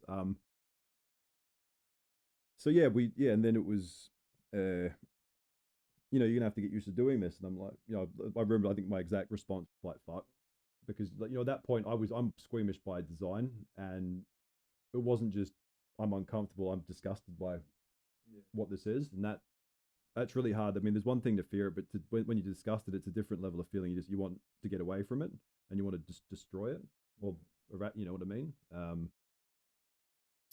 So then, yeah, we kept going on, and then, you know, obviously, and then it was like, you know, it was time to, all right, we need to get you walking now, Chad. You know, when I've got a catheter, I've got IV drips, I've got something up my nose, I've got something through my stomach. I'm like, I remember I said to the nurse, I'm like, and how the fuck do you plan on doing that? And you said staples too, like 17, yeah, they had to cut through my abs. So like every time I turn or move, it's agony. Oh. Yeah.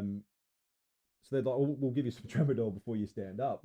The answer to everything, apparently. Shit. And you probably can't tell on this podcast, I'm 6'5", so I'm quite tall. So that makes it even more awkward. And they have to give you like 4 trammies because it took like me an elephant. Yeah, it took me about 20 minutes to actually get me standing. And then I had where my catheter was, because obviously where all the urine comes out, you have the pole and whatever. And he goes, grab onto that and we'll start you walking around. And obviously I was incredibly slow and not wanting a bar of anything really.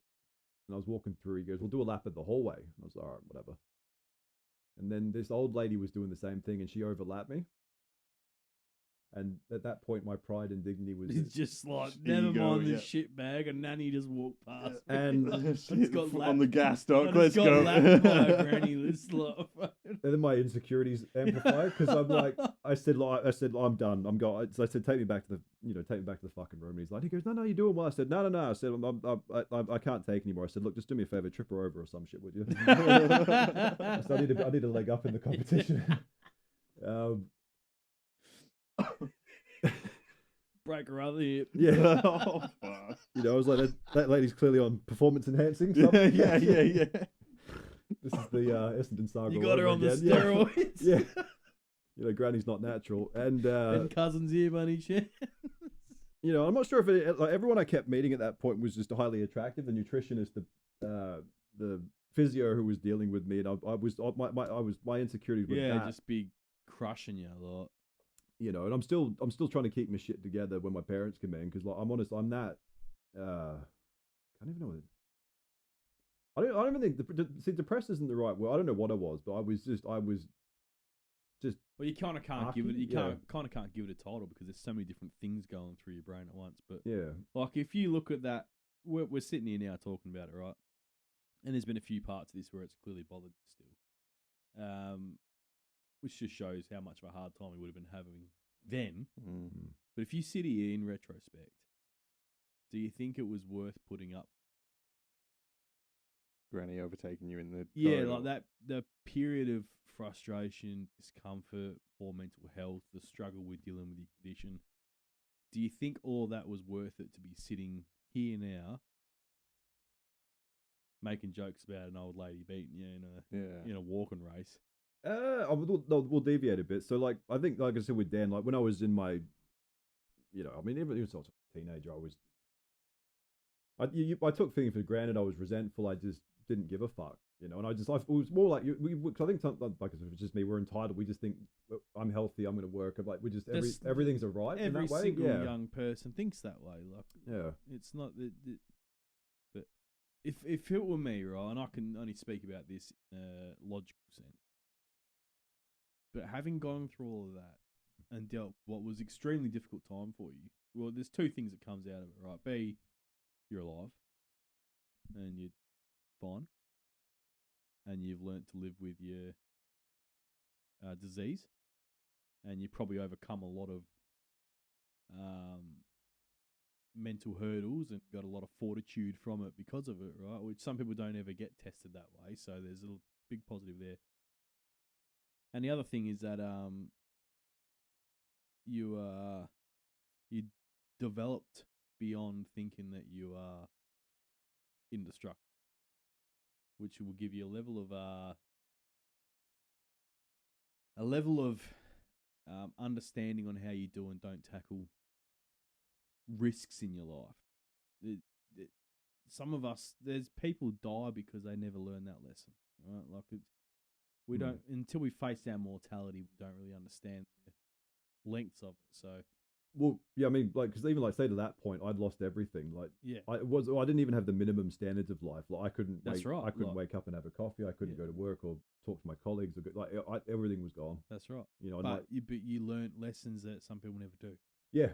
I like a lot. Like hindsight, I look back and it's and if we were going into battle right now, right, against it, whatever conspiracy you want to use to create the reptile people, your opponent, the reptile people. If we were going into battle right now, I would look at you and say, all right, you need to be in a position of leadership here because you've faced actual mortality and you've overcome life-threatening obstacles. Whilst they're medical, mentally they will prepare you for the sort of things that most people couldn't handle. No, and we're still only halfway through by when I was at hospital. So then a week later they go, well, we'll take the catheter out now, Chad. And I had this really lovely male Irish nurse because he used to come in and change the part that captures your urine, and because I'm upset and I need dark humor, every time he would come in and I'd do it, I'd say, "You take a piss, mate." He thought it was funny the first time. The seventh time he but he got over pretty quick. And then he goes, "I'll take your catheter out." I was like, "Okay." And then he started to pull it, and I'm not sure if I can only spit no women will have any sympathy for us. When he started pulling it, obviously the pain was quite significant, and it wasn't coming out properly. He goes, "Look, I think it's on a bit of an angle, but in there for a significant period of time." And I think because he was a male, like when he's pulling it, he's feeling it himself. You know what I mean? Yeah. At least he knows what he's feeling straight away. It's like spiritual docking. Yeah. Our dick. It's a Chinese cock. Yeah, we had a moment, the finger trap, and communist dong. And I think it was the point where I freaked him out. So he goes, "Look, I'll stop and I'll go get another nurse." And I remember she was probably in her 40s, and I think she was Brazilian, I think. And she goes, he was telling her the problem. She goes, "All right, I know what to do." And she goes, "Bite the pillow." She goes, "Chad, look, I'm sorry, but you're gonna hate me." And I was just like, you seem okay to me. And then she just goes, "Yoink." And then smartly left the room. Not that I could fucking do anything. I don't know what you're going to do, chase her. Shit. And I can't even roll over and win. Could have got the granny running down, though. Yeah, sure. It's a steroid granny. And obviously I've gone to turn, and I can't be, now my abs, I've tensed, and now that my abs hurt, that hurts. The whole thing. And she came back 10 minutes later and she goes, "I'm sorry." And I said, "Don't touch me. Don't look at me. You've broken the circle of trust." And I think in my egotistical anger, I said, "And you've just hurt women everywhere for this day with doing damage to this thing." So, I went on a bit of an egotistical rant. Then she goes, "Oh, do you want some numbing cream?" I'm like, "Now?" Yeah. Well, she goes, "We can't do it when it's in there." I'm like, "Just leave me alone. I've been through enough." And so then we're leading up to the point where they're looking to discharge me finally. But I've still, at this point, so they've taken the thing out my nose, thankfully, because that was dreadful. But then now we're going to have to take the tube out your stomach. And that was that's the last thing they had to do before they discharged me. The nurse was in there, she was telling, she goes, "Look, this is probably going to feel really uncomfortable." I'm like, at this point, I'm like, fuck it, what isn't, right? Yeah. Already had something ripped through my dick, so this can't be any worse. I'm literally in the mind frame where I'm like, just whatever, all right.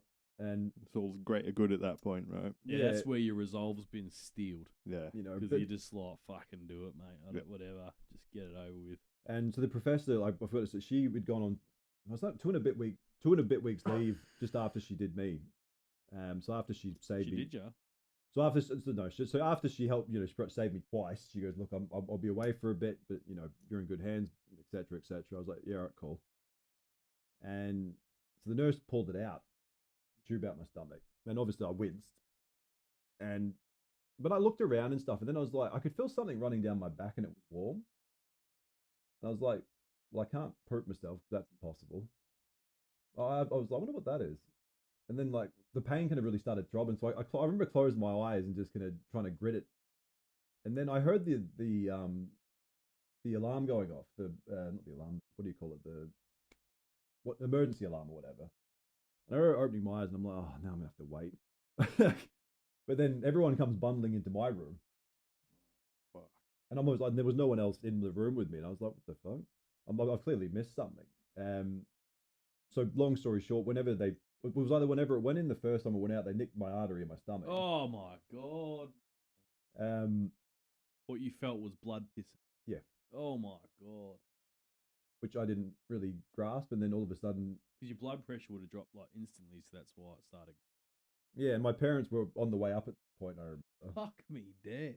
And so like it happens quickly because all of a sudden because everyone has to come in emergency, like doctors, nurses, and it's just overstimulating. So all of a sudden they're like, all right, lay you flat down, what's your blood type, get this into you, because they'd taken all my IV stuff out because I was going to get discharged.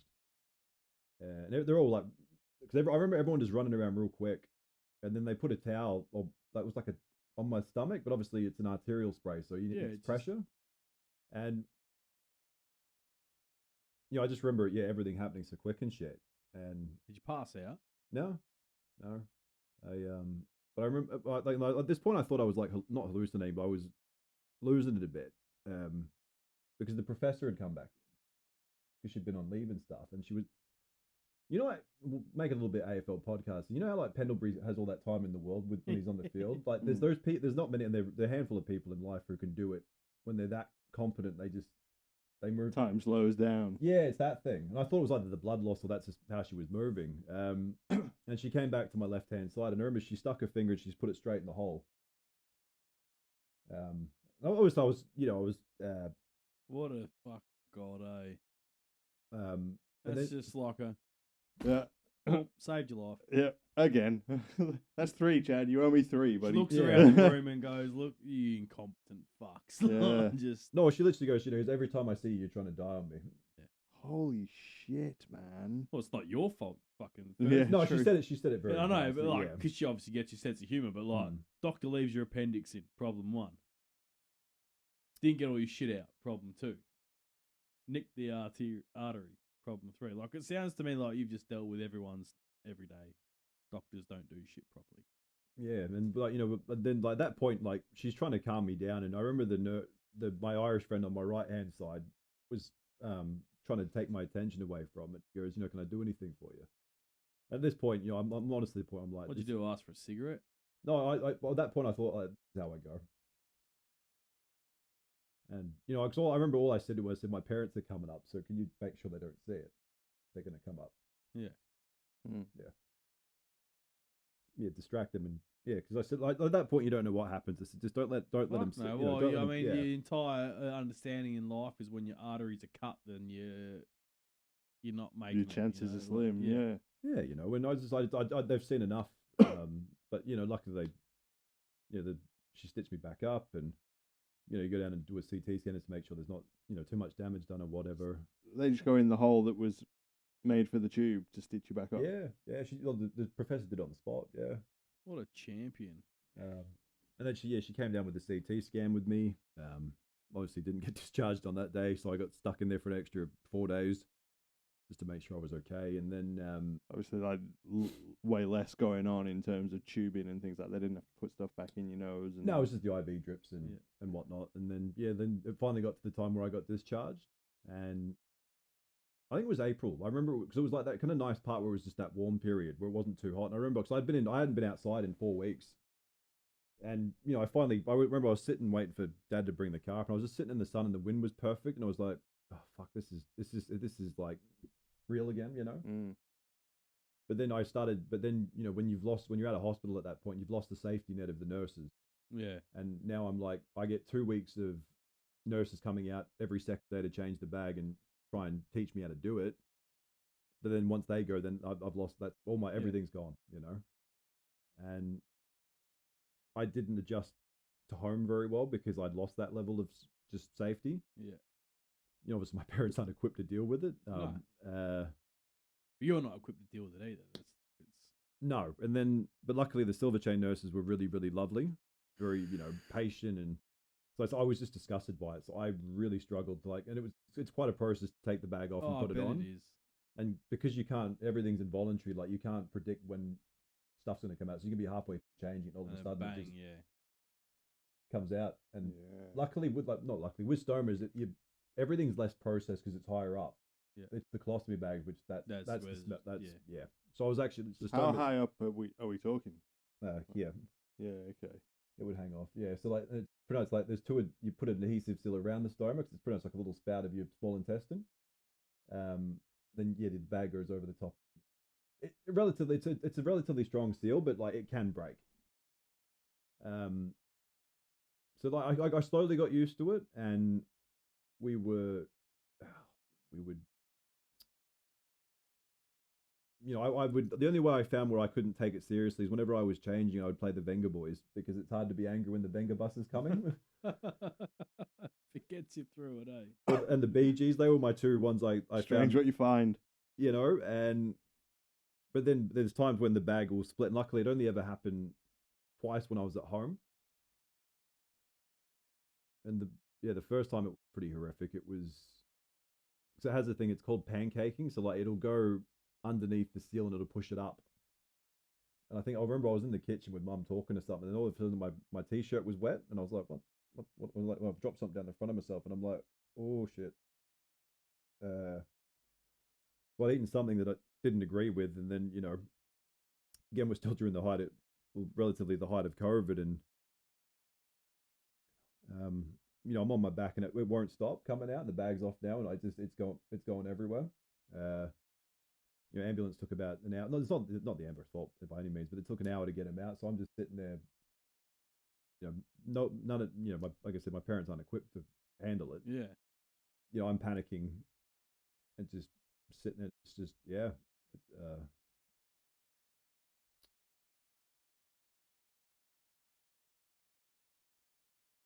it's not pleasant. The ambos don't really know what to do with you because it's not common. No.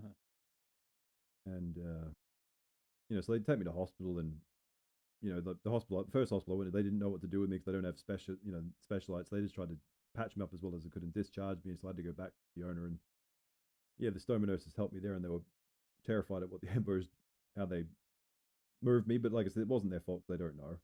I feel like that's a shortcoming. Oh well, it's probably a knowledge gap, but yeah. Look, I don't hold grudges like that, but and then after that was relatively smooth, and then there was the point where I'll backtrack a wee bit. It was like maybe 4 or 5 days after I'd had the surgery, I had to call my employer, and I had no idea how to, because I'd only known them a month, so we don't really have like a strong bond or relationship. Yeah. I didn't know how to say it, so I'm like, I'm gonna lose the job. They're gonna think I'm unreliable and all these things. And, I remember I just because I think Dad had let them know that something bad had happened, but he didn't say what it was, whatever. But no, she handled it beautifully. She was not really even worried about work. It was, I tried to explain the best I could of what had happened. She was just stunned, I guess, what had happened and the fact I wasn't dead. Yeah, you died twice. Yeah. And then it was, are you looking to come back? And I'm like, physically, probably I could, but mentally, I don't know if I can do it. So I said, look, I want to, but I don't know if I can. Yeah. And I'll have to wait till I get home, and then, I'll make that decision. And it was getting closer to the time when I kind of was allowed to go back. But no, like I said, they did make allowances, because it was actually another conversation with Dad where it was, I was on the fence whether I go back or give it a go or not. If I just, because I'm like, I can't sit. If I sit on the bed, if I sit here for 7 months, I'm going to go nuts. Fuck yeah. Of course. But if anything happens at work, well, yeah, that situation when you're in your kitchen's one thing, but if it's when you're in your office, it's a whole other ball game, right? And it's not just that; I'm vulnerable. If I can't take a hit, I can't. Yeah, you're maxed out at this point. Like. Yeah, and it was just I'm done. But then Dad goes, look, my dad's quite a very tough, old school, man, and he goes, look, I couldn't deal with this, but if you can find a way to work through it, and he goes, and you will get it fixed. He goes, when you do get fixed, you'll never work another day in your life like that, because it'll always come easy. You've been through the biggest challenge you could possibly face, like Next, he goes, this is your nightmare, and you need to, He goes, and then it was the point. It's your Everest. It's your Everest. Like, you've climbed it. And then I kind of cut to the point where I was like, all right, I'll give it a go. So I'd rather fail than not try. Yeah. And I mean, the level of resilience you've probably developed at this point kind of stipulates that you would give it a go. Oh yeah. Can't get any worse than you've already faced, Like sounds like your dad's a very good man too, who's finding the right times to be very So- honest with yeah, you. so and pragmatic. He wasn't Yeah, necessarily need to say a lot, but his timing is Yeah. you know. And so we had a chat about it, and then I spoke to work, and I think it was HR, and we kind of said, well, look, how can we make you feel comfortable? And I'm like, there is no comfortable, because like when I left hospital, I was, like just to like in terms of like the daily life of when you've got it, it's whenever you wake up, the bag's full, because every 3 or 4 hours you have a movement. I don't get a lot of sleep, and I don't want to be awake because then it's my reality. I'm too scared to go to sleep because the bag will fill up, or I have to sleep on my back permanently. I'm terrified I'm going to wake up, the bag's to be off, and I'm going to be covered in it, dark. So do you feel the movement as it's happening, like, and you go, all A right, little- cool, now I need to go and deal with that? a little bit. Yeah. You can feel a sensation when it comes out, this little spout thing. Yeah. So I went to my GP because I ended up going back onto an SSRI, like an anxiety, because I was in constant panic. I was never comfortable, like awake, asleep. It's just it's constant uncomfort. Just you panic, and it's Do you have a calendar crossing off the days until? no. things The more come out? visual I made it, because I knew it was going to be a long time anyway, Yeah. and I You just want to get through it. Like, and then yeah, I don't think I could handle counting either. because it was because technically my surgery was going to be 2 weeks before the grand final. So I was like, as long as I can get my ass back and I can eat chicken wings, I'm happy. So that was my goal. That was the goal. It's fair. And so but that was the day of it, and then spoke to work, and they had allowances. So it was pretty much to the point where, like, I had a spare change of clothes in one of the offices. I had my little replacement bag if anything did happen, and we had a code word if bag There was a did split. problem, yeah, And we treated like a fire drill where everyone would get out, really. Yeah. Okay. That's awesome. That's cool. How's Yeah. that for support? Like, Yeah. you put a process in place for tire work Yeah. It goes to to show that, accommodate you. like, I I mean, don't- we sort of yeah. touched on this before while we were on the way here, but it goes to show that companies and places of employment have an ability to be flexible around 100%. things like that, and to, I guess it's a minor modification for people in your team to have Yeah. to think about one extra thing just in case, right?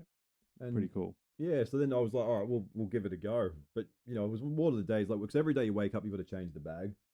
So before I went to work, I've got to change the bag. I've got to hope it goes well. So I'm already jolted in the morning, and then I've got to have a shower, get ready, and so before I even get out the door, I'm already over it. And then you've got to do it. So I worked full time. I did the full 7 months. Really, I only took 2 days off during the whole time. I think it wasn't much. That's pretty impressive. And then obviously the first day was awkward because I hadn't seen everybody in 6 weeks, and I didn't know what to say when I came back because they'd kept You're it having very a mare over there, mate. Fucking hell. they'd kept it very private, and we were like morning meeting or whatever, and I just kind of said, look, this is vaguely what happened. I'm still here, but I'm going to try. But if I can't do it, I'll resign. But I'm not going to be a charity case. If I can't contribute, then I'll leave. But I just need a little patience so I can adjust. Because Is that the employer that you work with now? No. No. But then the first day turned into a week, turned into a month, and I found a way to exist. Because the hard thing is too, like with the bag, you've got to empty it, and it's a little thing that Velcro's at the bottom. And like I said, I'm 6'5", so I've got to get down on my knees to empty the bag. And luckily on that, where the flight we were, I was the only male on the whole top floor, so I got the toilets to myself. But whenever you're on your knees in a male cubicle, that's how rumors start. And it was uncomfortable, So that but it sounds really weird, but there'd be times I'd be talking to people or people at work, and all of a sudden I can feel the bag filling up, and I'm like, if only you knew I was shitting myself, right? Oh, God. It's the weirdest thing. Yeah. Still, sounds like you got through it, and with what sounds like relative ease once you. It was a lot of dark humor because it's weird. Everyone kind of doesn't want to go near it. Like, fair enough, right? Because people don't know where your comfort zone is, But it would be like things, I literally busted my ass for this company, or I think think one customer accused me of talking out my ass, and I'm like, well, I've actually got 5 pages of medical documentation to prove that's not true. Yeah. That myth has been busted, buddy boy. Yeah, so we found I found ways to make it work, and I performed well, which was good too, and it kept me going because I was earning money, and 5 days out of the week I was relatively distracted and feeling almost normal. This is probably a shit way to put it, but yeah, no, yeah. But I mean, because it was COVID, a lot of people were isolating, so it was kind of lucky that I wasn't really missing out on much in that regard either, because everyone was in a similar boat to that degree. And then time starts approaching, and then I think it was halfway through. But the only time I ever got upset at work was I think the night before they said the elective surgery listing was getting postponed, and that upset me because I'm like, I don't want to have it any longer than I need to. That's mad to me that they consider that elective. Yeah, because I'm Cat 2. Cat 1's and anything that's life threatening. So Cat 2s and Cat 3s kept getting back and back constant during COVID. Yeah, that's fucking crazy. So that, I mean, but I didn't know if that meant that mine was pushed back. So then that upset me. Then the morning after, the bag would not go on, and it was just quite active. It was a horrible start to the day.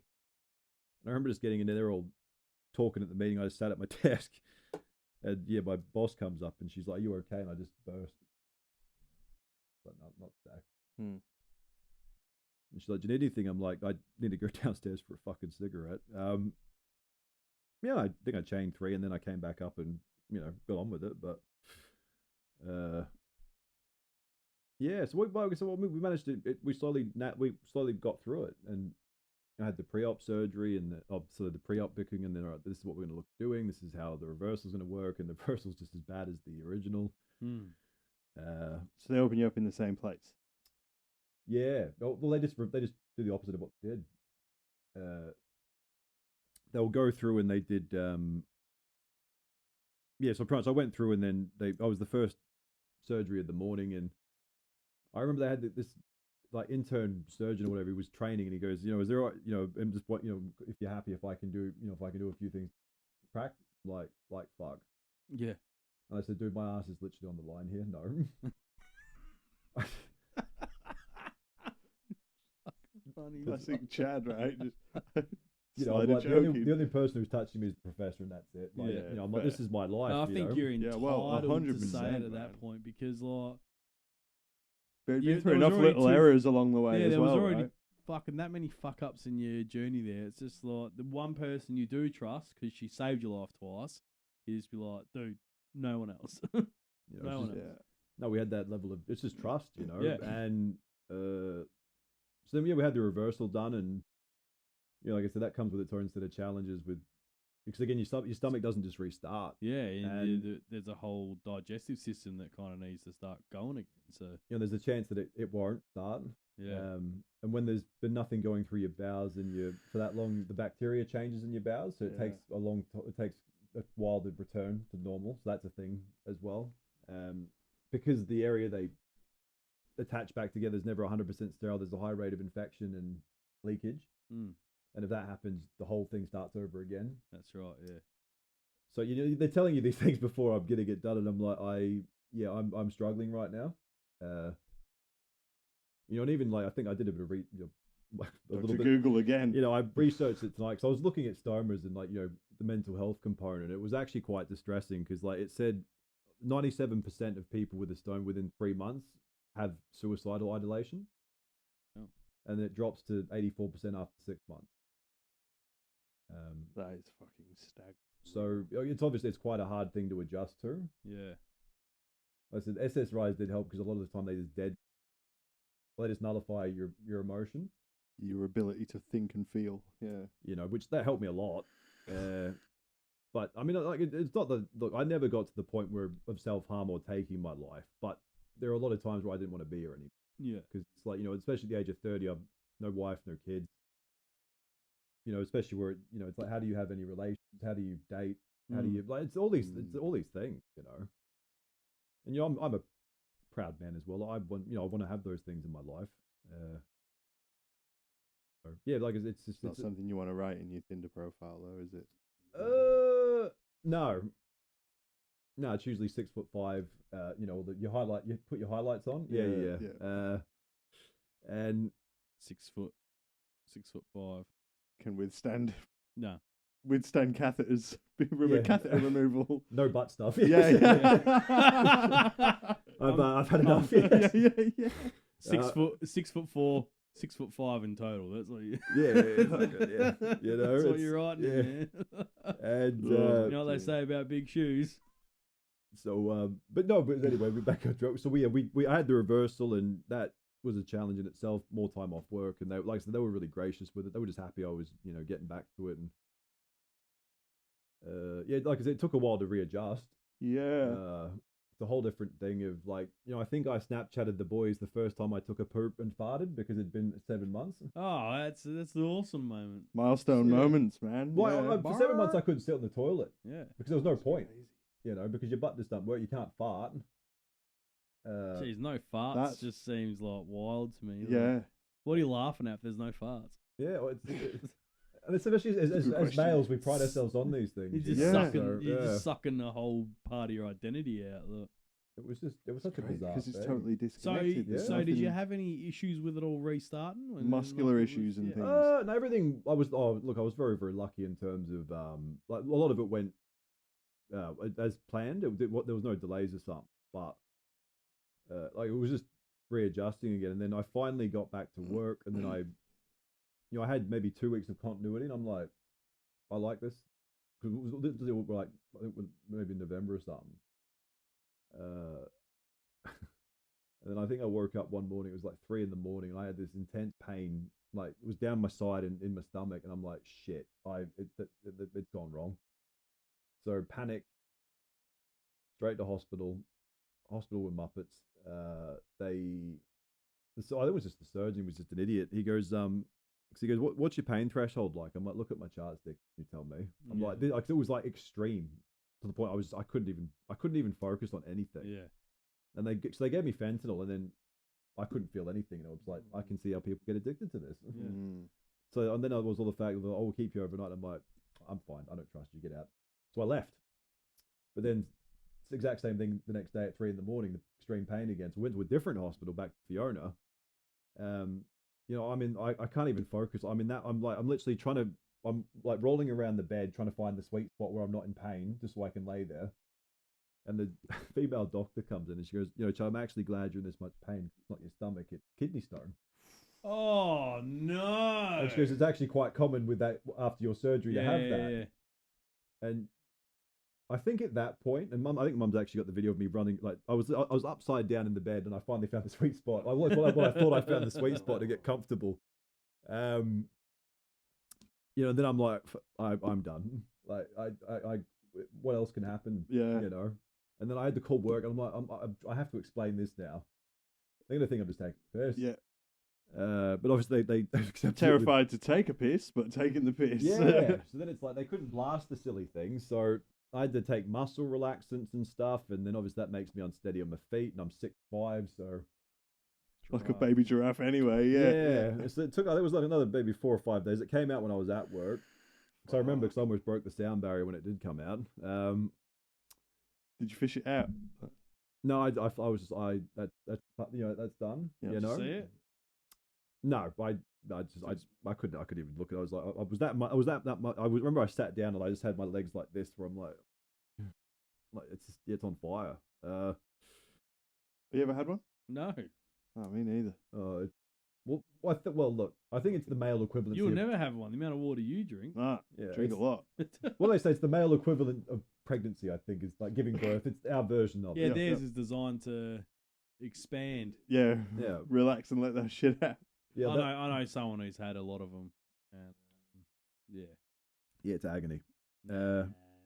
And so then back to work, and then I had relatively like a decent level. I think then we got the same thing again when we went to New Year's, and I was with the fam and whatnot. And I said, all right, this year no hospital trips. Yeah. We've all had enough, and it. Obviously, because it's not just the toll on me. So on your family, yeah. That's it. It's people around you that get affected, and that's the hard thing. Like whenever you're the one who's ill, when you look out, it's actually like you're in like the center of the storm, where it's whatever. I don't give a fuck what happens to me. But you think, at least you guys are okay and you're living your lives. But I know it makes people feel powerless because they can't do something. Yeah. I mean, even if they've got medical, you can't. And sometimes people fall in that habit of they try and fix or they try and, relate or something. And like that can be quite, I shouldn't say annoying because it comes from a place of caring. But when you don't just give people space to just sit in somebody's uncomfortable, it can be, it can just be frustrating. Because then it's like, I know I'm not well, but I don't try and fix me. And don't feel that, because then you're making me feel like I'm making you feel powerless, and that's upsetting me. It's kind of like a vicious cycle then, like. Yeah, and it's like, but then it gets to the point where,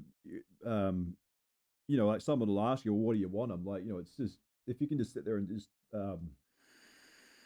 it's like, just don't fucking leave me is all I ask. Just don't, sit in it with me. Yeah. That's all I want. Don't,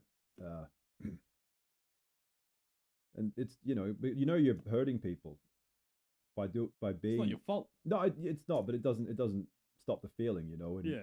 I've had this really it's part of it. Like, if I feel I'm getting sick again, or if I feel it, I always, because like it's one of those diseases where I'll fade away.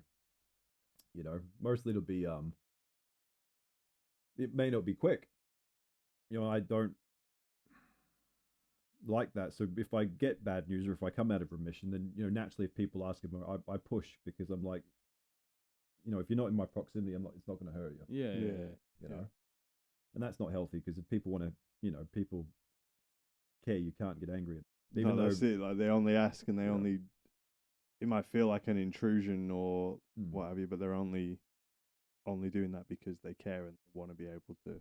Well, they don't know what else to do. Yeah. Well, there's probably an element of that too, but then at the same time, like, the people are inherently like caring individuals, and if they can do something to help, probably 90% of people, if they can do something to help someone feel better or more comfortable, then they will, right? Yeah. So, but probably comes from there. Yeah. But then being the mega empath and feeler that you are too, you're then in your head not worrying about you, and you're more worried about them and the negative impact it might. Yeah, exactly. Their worry might have on them rather than. And it's because then it got to the point where, like, all right, we kind of made the pact. All right, nobody goes to the hospital, and we're going to have a good year. We've had enough. We've come out of COVID now, and and then it was. Honestly, I don't even think later. One of my family members went into hospital. It was quite significant what happened to them, and it's different because now it's not me. But maybe you're equipped to help them more than anyone else is. Like I said, I won't go into. It's not my place to say. But it was something that was very serious, and I did carry a lot of guilt for a long time because of what they had to sit through with me, and that stress contributed. So, that was hard. But then I felt powerless. Yeah. And I felt, it was a lot consecutively where I was like, I'm fuck it right now. It's just, now this is what it is. But luckily they recovered relatively well, and we cracked on with the year and stuff, and I think it was maybe a year to the day or whatever, like maybe about maybe around just under the year mark from when I got the reversal surgery, finally back to level of some normality. I finally progressed in my career, and I took the next step into a leadership role, and that was a big turnaround in a year's time to finally get, and it was nice to share that with them. It's almost a Hail Mary after all that bullshit, just to know that, like, it's not quite the taking the first shit milestone, but it's up there. It's up there. It was a big step forward for me, because at one point, like, if you'd asked me a year before, I'd probably go like, one, I don't even know if I'll ever be able to work again. Yeah. Exactly. Yeah. You just, and because you pushed through at your lowest point when you were good, this is exactly as your dad said, you'll never work a day again. You probably came the hurdles become so much smaller. Yeah, like it. So what would be a challenge reaching that point in your career, all of a sudden was like, oh, fucking cake this. And then you probably excelled in that position as well after that, because, like, what's going to be hard now? You fought to stay alive. There was one blip on the radar. So, like, the week actually, I got offered the role, and it was the week before I started to have a colonoscopy because it was the first one I had since I got my butt back. Because they'd cut out all the disease, but that doesn't mean it doesn't come back, because it can come back different parts. And I had a colonoscopy, and then it was, I don't know if it was maybe 8-9 months after maybe 9 or 10 months since I had the op, and your inflammatory markers are back and you're out of remission. Right. I was like, so I've had the surgery and I get 10 months free. I'm like, yeah. And now I've got a job that I've really wanted for a long time, and I'm like, now I don't, what does that mean? I can't do it, or it's going to be, this is going to be. Or does the whole process start again? Do you go through surgeries and all of that shit? Well, again? it's just, at least we're to the point now where it's early and I'm already on my meds, so it's relatively manageable at that point. Yeah. And look, your surgery was because of the hole in your stomach, as opposed to. Well, the disease causes it, because that's what it does. It damages you, But you would have had a certain amount of period of that disease affecting your stomach and your digestive system before you found it. So if you're already on your meds, then you're probably going to be. And look, I can assume that's maybe correct. Yeah, no, we were lucky. Like, she goes, look, it's not bad. It's just active again. And, but at that point, you're just going to go, all right. And then, I'm thinking about, when I'm going to tackle the role regardless. And, if I can't do it, I can't do it. And, why would you quit? But the hard thing was to the point of, like, whenever, so I never stopped the whole time. Whenever I had 6 months when I first got diagnosed with it, and then I'd never stopped working the whole way through everything. I never really stopped to kind of maybe feel it to a degree. I just kind of kept going. I didn't really understand the impacts it had on me mentally or subconsciously in a lot of ways. I just kept moving. Then you kind of have to, though, don't you? Like, yeah, well, I mean, but I think there has to come a point where you've got to go, I've got to, because I never looked at it as trauma, or traumatic. Yeah, but but it is though. But like the reflection needs to happen. But if you had stopped, you probably would have spiraled. Well, that's like a house of cards. It's like a momentum thing. It's a catch-22. Like, it's all right. Well, if I deal with it now and don't worry about anything else, like, do you succumb to it, or by soldiering through, your resilience keeps building, and then maybe it leaves you in the position where you can deal with it later, because like you can then reflect and you understand the severity of it and what it is you went through, and that it is trauma, and then it goes, well, now I'm equipped to deal with this now, whereas when you were at your lowest, you probably weren't equipped to deal with it. So I'd say the right thing you did was by just pushing through it, staying active, focusing on something else, and then when you've overcome the physical issue, then you can start the mental, the emotional. Yeah, and that was the second component. Because then the things you like. One thing I've you notice about it as well. I'm not, like I said, I can only speak from a male perspective. Well, with this, the two things you respect about disease was it doesn't discriminate, and two, it doesn't relent either. So look, two good qualities to have in anything, not disease, right? But I've tried to rationalize in my head where it's almost like. It's part of me, and it's forever part of me. But on the days where I don't feel well, or it may be more active than not, then mentally it can threaten to become you, if that makes sense. Like, you become, this is what I am now, And then I got my addiction or release was work, because when I'm at work, I'm, I'm not disease Chad, I'm leader Chad, or I'm worker Chad, or I don't, it's a healthy distraction.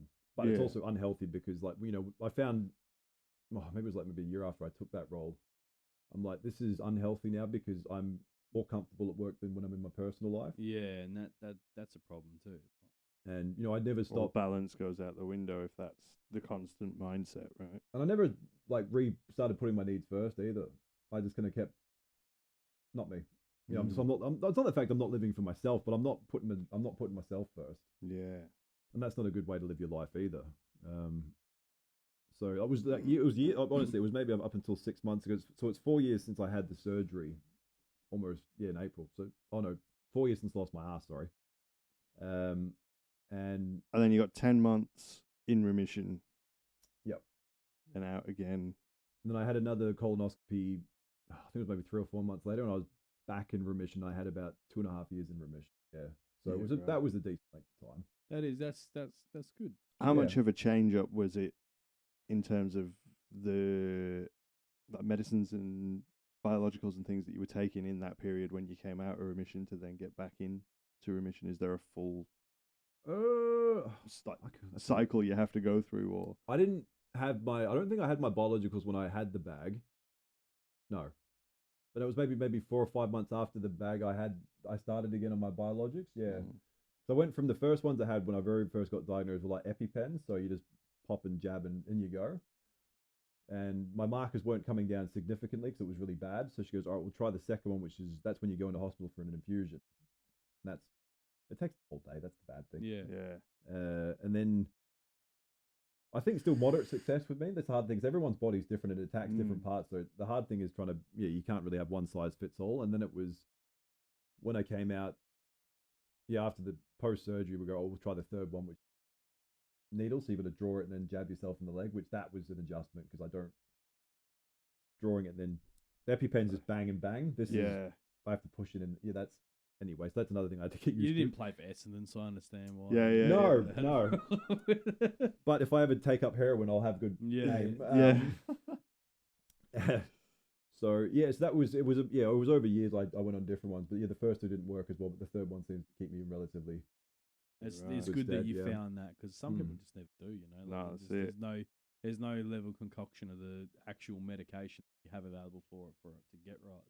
So. Yeah, it's still very relatively they just don't know what happens, And hey, at least it's not the 1800s because they probably just cut your foot off and said you'd be right after. Yeah. No, amputate the dick. There was no Medicare back in those days. Nah. But and that was pretty much so that's the last. Thankfully that's the last bit of surgery I had, and then the last part was just kind of understanding the mental components. Because it's not just. You have the symptoms of, I might have inflammation, I might have bloating, I might have, whatever it is on different days and whatnot. So it's kind of hard to be, I'm never going to be 100%. Yeah. So I kind of fluctuate between maybe 65 to 40 on most weeks, depending on. But then it's, things I didn't even pick up. So I don't like using the word, because I always associate the word trauma with whether it be war or abuse or those really high level things, right? And I never looked at it as, I just thought it was shit. It was crap. Well, has it any different to war? No, it's been in terms of the jolt to your system. Yeah. I didn't think it was on that level. In that sense, you were in a war anyway. It was life and death. That's where the trauma comes from. It's well, the hard part is you can't do anything about it. It's just. At least you can shoot your opposition in the face in war. Yeah, it's just this sense of it's your own body attacking you, and it's kind of weird. But it would just, it would amplify everything of my insecurities because it's I guess as a man it makes me vulnerable. Yeah. It feels like it hits my masculinity a bit, which is but from the outside perspective, the way you've just told your story is that it kind of makes you more of a man because you stood up and you faced it, and you soldiered on, and you weren't defeated by it, you think it makes you less masculine, and you had these insecurities, but you literally looked it in the eyes and went, "Fuck you!" Not today. Yeah, no matter how low you got, you're still just as Tony Abbott liked to say, you pulled yourself up by your bootstraps, mate, and you just kept fucking going. That's a measure of masculinity in itself. Yeah, look, I managed to handle it relatively well. Very well. Look, there's moments where it's not graceful, and it's. You're a man. You're not a ballet dancer. You're not a. No. You it shouldn't be graceful. Fighting for your life is never going to be graceful, regardless of what the battle is. No, and then it was. Good point. But the way I kind of when I. So I won't dabble on the next part too much, but it's long story short is I got to a certain point, and then I realized I still I'd focused a lot on my ass, and I didn't really start taking care of my head too well. Yeah. Because you just hyperfixate. Well, you can't fight two battles at once. No, and then it was so then I kind of realized I started. Isn't that why the Nazis lost? Couldn't fight a war on two fronts. That and the meth that Hitler was on. Yeah, but that's I'm doing you a favor here. Yeah, Oh, what's that? handing you a war I'm story. just putting it in front of you, right? It's like, let's make sure we take France before we go for Russia. Yeah, Yeah. And you did that. You focused on your first battle, and then you take on the second, and you're a testament to success because you're sitting here now talking about it. Yeah, I'm And that's one your of third battle, I suppose, because not a lot of people can face it again. You know, like you've just recounted a lot of events that potentially a lot of people would get past and never even compartmentalise like done. put it in the box and never even think about it again. So you've kind of just like justified it again about how you felt emasculated.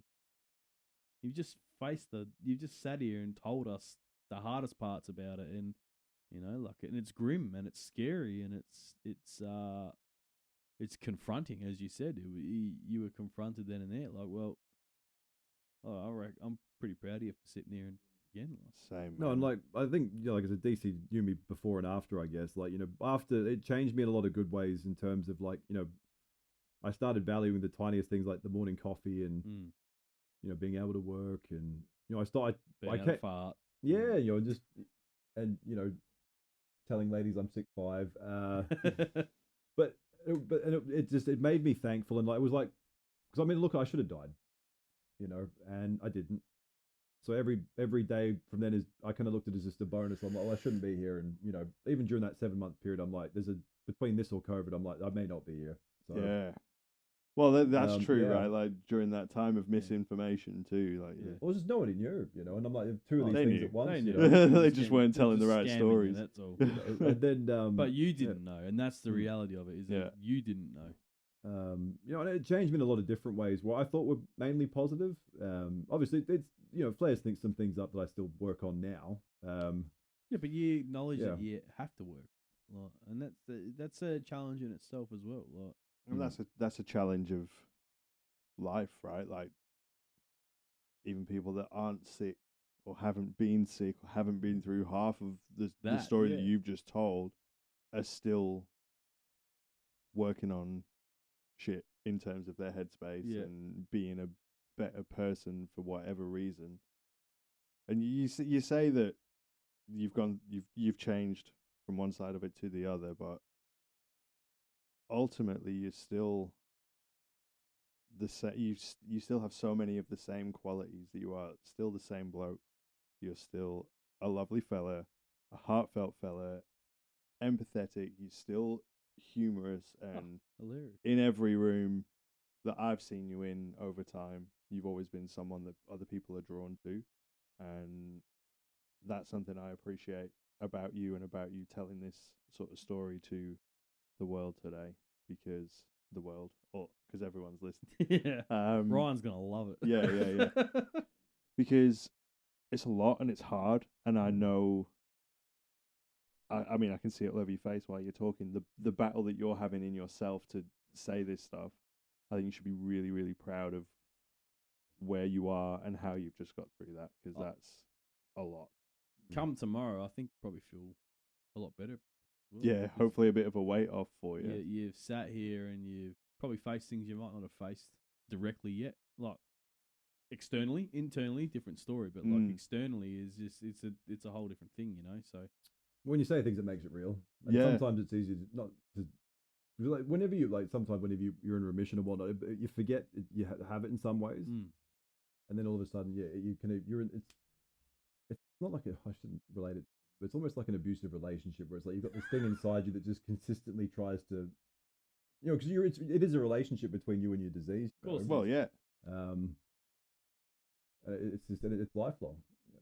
Yeah. So we're stuck to each other to the end, really. Yeah. Well, yeah, you are.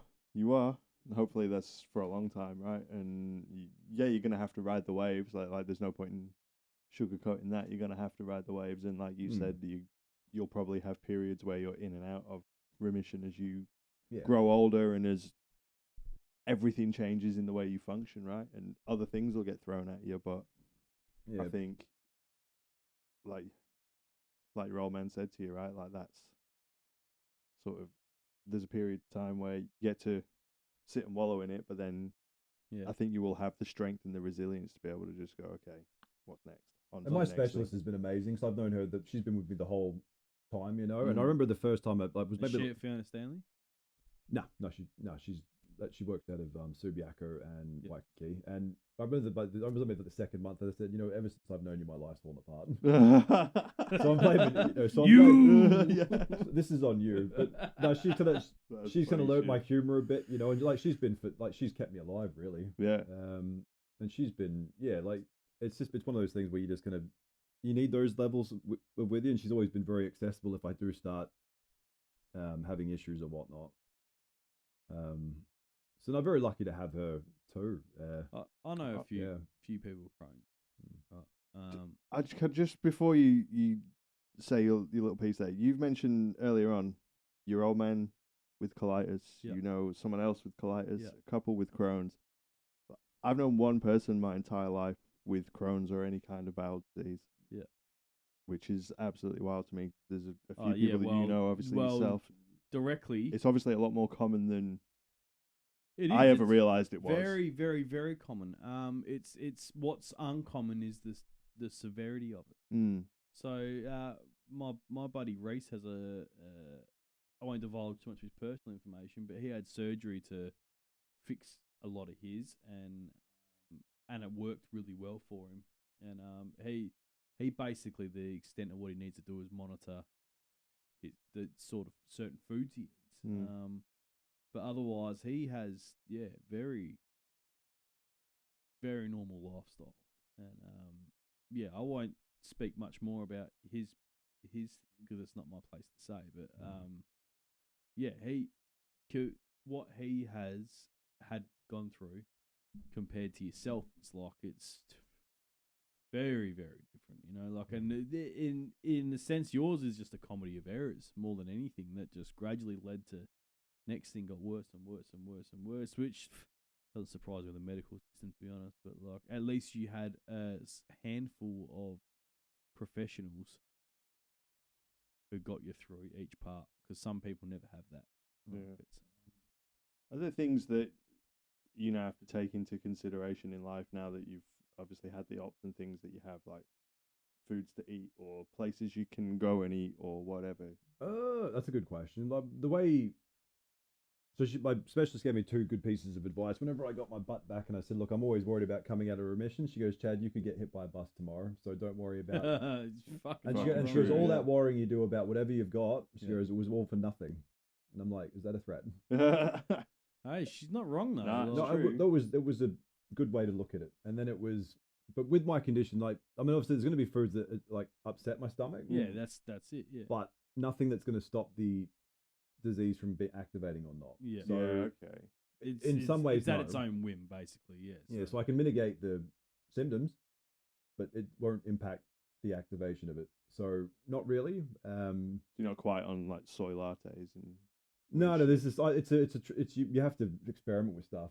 Yeah. So, well, everybody's different as well, isn't it? Yeah. It's how do you go with spicy stuff like it? That'll send me to the moon. Yeah. Yeah. That's firepower. Yeah. There's certain things that annoy me, but I've got my safety foods which I'll always eat at work and whatnot. Yeah. But some of the things But you're not living a life of like brown rice and. Oh no! It's not. No, it's the not the same meal every day because you know it's not going to do anything. No, I generally eat the same thing most days because it's like a level of safety for me. Yeah.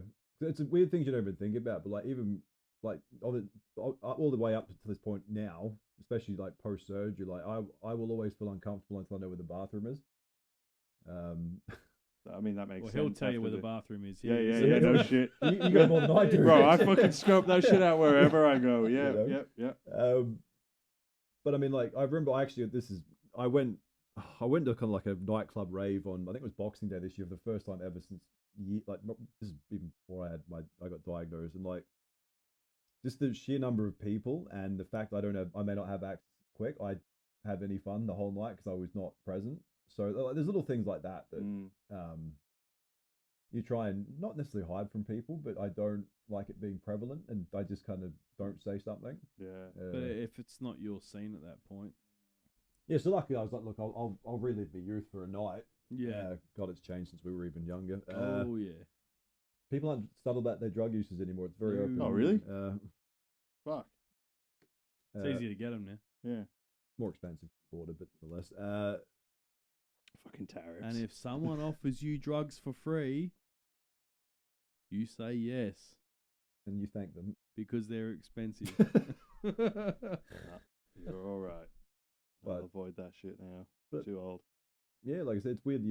So that was pretty much where I'm up to at the moment. And, I've addressed a lot of my, kind of my head stuff where I'm aware of what it's done to me mentally, as well as how I can kind of be more aware of how I react.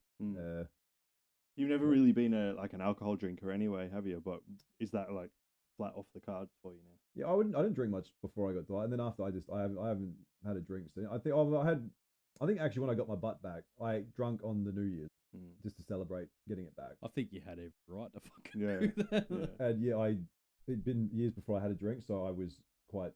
There's some funny stories we won't reveal on this podcast. But no, since that point, I've not had a drink. Okay. At all. I've never. But that's a choice because you're not a drinker anyway. It's both. It doesn't make me feel good afterwards, but I'm not interested in it. So I don't do drugs. Never really. I mean, I smoke. That's probably my worst vice. You'd be hanging for a smoke now after letting all of that shit out too. Yeah, well, I mean, like, once I got sorted, and then we looked at my head, and I won't touch on that too much. Obviously, then I recently got diagnosed with ADD as well. So then, but that helps my Crohn's because the things that set your stomach off are anxiety and overthinking, and that sends your immune system crazy. There's lots of pressure and stress on your body. And then since I kind of got diagnosed and got prescribed stimulants, it's helped me control it a lot because now I don't get that anxiety. Having the up and down waves and no, it's just not the polar extremes anymore. So that really helped, and it's actually slowed me down to really like more like pretty much almost like pre-op bowel movements again. That's good. That's amazing. That's awesome. So I guess it helps with your thought process too, to be able to actually process everything that you've gone through over the last handful of years not too. Just like chaos in your brain. Yeah, I'm not thinking 10 years ahead and 10 years what I did 10 years ago, and that's different. So that's helped as well. So I think that's helped you to be able to recount and go through all of that, like knowing that you've got that diagnosis and the medication for that now. Well, to try like one thing, we had this chat. Like, so the first time I took because like I said, the pills take effect instantly whenever you take them, and it was. I had a busy morning that morning at work, and I had someone called in saying I had to do a lot of things, and I took it, and I didn't really stop to think about what I just did it, but I did it that quickly and that effectively, and then I was like, I'm going for a coffee, I'll be back, and I was sitting in, I think it was Carousel in the food courts. It was loud. They got a really good like pack your tub china there in the Carousel court. Okay. Yeah, there's a lot of the food. It smells beautiful. It's like just really fucking good. Yeah, right on. Their rice noodles are like A1. And there you go. You heard it here. And I had a coffee, and I sat down in the front. I just sat there and I was like, I knew it was loud around me, but I was like, man, it's quiet. Not feeling overstimmed by environment. No, it was just all the noise gone in my head, and that was weird because I'm like, okay, now I could just focus and think and not. Yeah, it was. Yeah, but that's kind of exciting, right? After a long period of time, not knowing that that was wrong or 34 years of living a certain way, and then. But I mean, that was the good thing. Whenever I finally got everything under control, and I was like, all right, now it's time to make sure the other end's fine. And realizing my head wasn't fine. And yeah, like it's helped with my symptoms, and it's given me a higher quality of life. I can focus more, I can consume things more, I can be more present in the moment. Where with ADD you're not. So yeah, it's been quite an interesting journey, but I say I'm neuro and rectal diverse. I mean, yeah.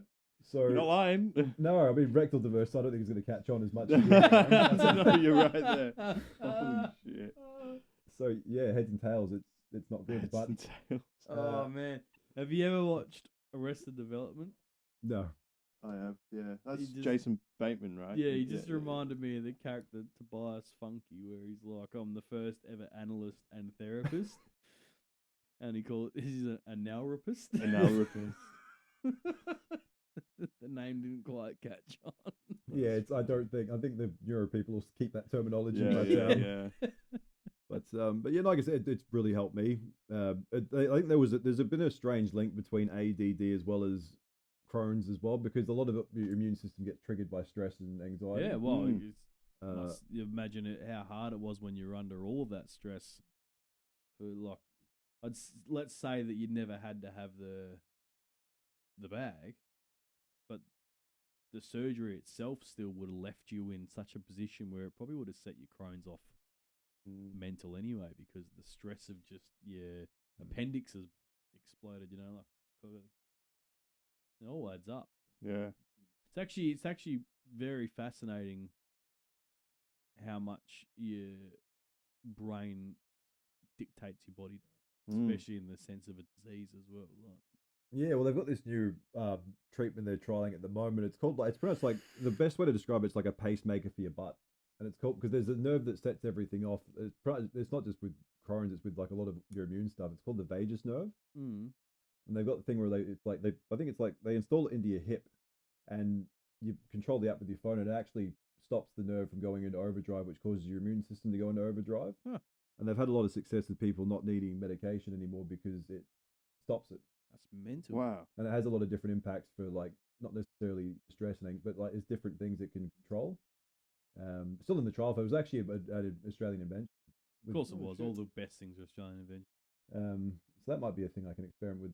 Well, but they're starting to get a lot more focus to it. Yeah. Yeah. Well, that's good. That's what it needs to be. It's that you can give up on trying to cure cancer. It's not possible. So. Well, it's just everyone needs a little bit of time in the sun, and it's just an overall thing of diseases. Understanding it's not just the symptom; it's like it affects your head in a lot of different ways, and a lot of people. I don't know. Like I said, unless you've been through it, it's hard to surmise, because you can read it in a textbook and it's not. It's not the same. No, you don't look at all the different. You got hit in the face with a cricket bat as opposed to read a short story. Two very different. Yeah. Yeah, no, it's like I said, it's been a hell of a challenge, but it set me on a path that was a lot more positive in terms of where I was going before that. So it's the worst thing that's ever happened to me as an individual, but it's been one of the best things that's ever happened to me, and that's a really weird thing to kind of. It's set you the dynamic for the rest of life, and that's. I mean, if you anyone who goes through that level of shit, it's rare for them to take life lessons out of it and use it to improve their life. So, I mean, that's a testament to you as a person, as opposed to what the disease has done for you. It's that's yourself. That's your own capacity, your own fortitude, and the things you like. I don't know what I'd be like after that. Well, it makes you think in different ways. Then you think, like, I was relatively unscathed at 27, Yeah. And then you think, it's the disease usually hits you before, like 30 and before, but you've got kids 5 and 6 who get diagnosed with it. I mean, it is so extremely common. So, but then you think, like, would you rather have it your whole life and you don't know normal, or is it worse having such routine and then having such a cataclysmic change in? But at least you caught it early. Do you know what I mean? Like, one of us could have it and not even know. Like it's exactly it's just like, and it's just our bodies will fall apart from years of it being neglected, I suppose. So like it's. I would say, like, after having a conversation like that, it actually terrifies me that, I'm a dad, and I could not imagine going through half of what you've been through in the last handful of years, also being a dad. Yeah, like that's terrifying. Well, when you get to the block when you're in hospital and whatever, and then, like a lot of parents say, they should never bury their kids. I think one of the doctors said that when I was there. I'm like, well, why don't you hit one of them over the head so I beat them? No. It's like, it's not what I meant, Chad. I'm like, I'm just saying, like, it's an option. But I said, if I go first, I don't problem real quick. I'm like, if I go first, I don't have to organise the funerals. Yeah, so true. That sounds stressful, but it terrifies me. Well, look, at the end of the day, you made it through it. And you're a better man for it. Yeah, that was my pre-season camp, I guess. Yeah. Well, I mean, doctors yelling at you and stuff. yeah. Did Did they make you listen to the song? Well, no, I said You can't fart. Yeah, after the second colonoscopy I had, they were saying like, women like they have no sympathy for when we're penetrated because I get it because they have to do all that other stuff on the other end. But I'm like, I said, getting knocked out and getting probed, I said, in any other scenario in life is a crime. Yeah. But it's perfectly accepted here, you know. Yeah. At least it won't be a surprise when you get roofied sometime, mate. Nice to be another day at the office. Well, did you have a look while you're up there, mate? yeah. Take a few snaps for me. Let me see what it looks like. Yeah. Shit. Is there anything else that you sort of wanted to? I mean, even just to summarize, I mean, like, look, I know I've had a lot of supports, and it's not just me who's gotten through it. And like I said, I'm very lucky to be able to afford private, and my parents, and my friends, and a lot of my colleagues along the way have been really supportive and understanding and stuff. So I know it's not just me. Obviously I'm a part of it, but like it's challenging with any disease. Like you're gonna have your days where you get over it. Yeah. And it's like you get sick and tired of being sick. Yeah, that's gotta be the hardest part. And that, especially when it's endless. So sometimes it's that marathon gets to you a bit. But look, I've been through some stuff, and I've managed to come through it, and it's made me better at least as an individual, at least. But I mean, even anyone who's diagnosed or gets it, or anything like that, like you I mean, it's not over till it's over. Yeah. And the people who that applies for everything, not just this as well. Yeah, it's absolutely. Just, I mean, you learn like when you don't have your health, you don't have anything. Money's money. But I mean, even just to people who's if you've got somebody in your life that's sick and they're close to you, like the only thing I would kind of give you some not advice, but just be wary of just be willing to sit in the uncomfortable with somebody. You don't have to fix. You don't have to try and relate. Don't take it away from the person. Just sit with them and be present. Be there. And don't, and that means more to people than saying anything. Yeah. Yeah. That's probably my fair. best. That's in terms of just, don't talk to me clinically. Don't tell me when it's going to be okay when you don't know. Yeah. And you were talking in the car about you doing the sort of mentoring sort of role, like the. I've taken up a peer support program with people with Crohn's and colitis. So yeah, we've just kind of started doing that. So I'll be engaging with people, whether it be family members who are dealing with someone with it, or people who have it directly. That's awesome. And on that, like if you listen to this and you want to feel like the level of support, we're always happy to discuss it with you too. Just reach out to us, and as strangers, that might be what you need too, like it's, and Chad's probably had one of the worst experiences, so it's he's the man, and it's good that you're doing that. Like it's good that you're doing that on a professional level. Like that's. I think it's good that programs like that exist for because it probably doesn't just exist for IBDs. It probably exists for a lot of other illnesses and diseases too. So if you have anything or what have you are suffering, have a look for that stuff, man. 'Cause there is support out there and 100%. really relatable, real support too, not from people who corporate are medical going through the same crap thing. that you're not And interested it might in. not be exactly the same, but it's going to be similar. And at the end of the day, the mental battle is the same regardless of what it is. Like that is a war. You're fighting a war.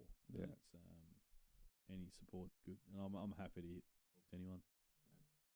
Yeah, and it's like this. It's even when it looks grim, it can still get better. Like it sounds weird, but like after the worst year of my life, it became the best year of my life in terms of the progression I was able to do in a personal and professional. And it's gotten, I've still progressed since then. Professional means nothing. It's just like your character building is just through the roof. Like I don't think anything would ever be a challenge for you again. Just intimacy and women, but that's a different one challenge thing at a altogether. time. You lost that when they put you to sleep, mate. Yeah, no, that was but no, look, it's made me not necessarily a better leader, but it's made me it's made me a bit more resolute and empathetic towards others and being able to. I think that would help develop massive leadership qualities because you've walked across the hot coals, like you know how to get people across them safely. That's I mean, I've had shit in my life, but I've never faced my mortality in that way, and that's like that's a level of trauma that is very to other. It's a level of uniqueness, but it's also like it's part of life, and I think like it's like living is dying, isn't it? That's what they say. Well, yeah, but it's sometimes it's like I think Finn touched on it a bit, like whatever you go start sometimes if you don't go through, I'm not saying like an extreme level of adversity or something, but when you do go through it, it does make you not a better person, but a more rounded. Yeah. Until you've really like, well, it's like an onion, isn't it? You're adding a layer, and you're just getting thicker and thicker with all the different. Well, when layers the blowtorch of is on, that's when you see how you do. Yeah. And not to that point, until I did I hadn't been tested in my life to that point. I'd come from not privilege, but a very comfortable upbringing. So that was probably the first time I'd been humbled to that level. Yeah. Would you recommend Crohn's? Absolutely not. No. I mean, would you recommend just getting tested even without symptoms or the feelings or any pain or anything like that? So the best way I'll give you the easiest way. So a lot of the times they'll start off with blood tests and fecal tests, but the only way to find out is colonoscopy. As horrible as it is, that's the only way they can see what's going on, and the rest of them can be a little bit deceiving. Yeah. Would you like call your mates and go, right, go and get a test just in case, go and get this looked at? I did a presentation at work, and I think 8 people got one after not that in fact I was trying to scare them. I was a much dumbed down version of what I said today. Yeah, wow. And I think one of my old bosses called me, I think it was just after I had all the surgery done, and I was talking to him about it. And I said, the only way they found out was colonoscopy, and he got one, and I think it was they found a tumor in his colon. Wow. And if he didn't get it checked then and get it removed, he would have been in a bag with the same as me. Wow. So there you go. Yeah, I mean, sometimes if you kind of start because like I said, that's the whole point of why we're here, isn't it? The colonoscopy is obviously people go that it's not that bad once you get used to it, sadly. That's usually what puts people off. That's the only way you can really test to see what's going on up, because the rest they're going to guess. Okay. See if you I'll tell you what it's got me thinking, that's for sure. So if you've got stomach pain, I would get one, especially as you increase in your age, because I think our testicular cancer rate goes down, but our prostate goes up. Right, so yeah. We've got that to look forward to too. Yeah. But like I said, no, happy to be alive. It's just a standard weekend for you, though, isn't it? But yeah, like I said, you'd be surprised what can become your normal and what you can live through. Yeah. Well, they say the human body is very, very powerful, and most of the resistance and pain and all of that kind of stuff is all up here, right? Like 100%. The body can go through a lot more than what we let it. Resilience to stuff that crushes other people would be sky high now. Yeah. And you could get hit by a bus tomorrow, so there you go. You'll probably survive that now. To be my specialist will probably be driving it. Yeah, Georgia, but no, like I know, like as much as I did. Like, look, I got through it relatively well, but without the supports, I wouldn't have.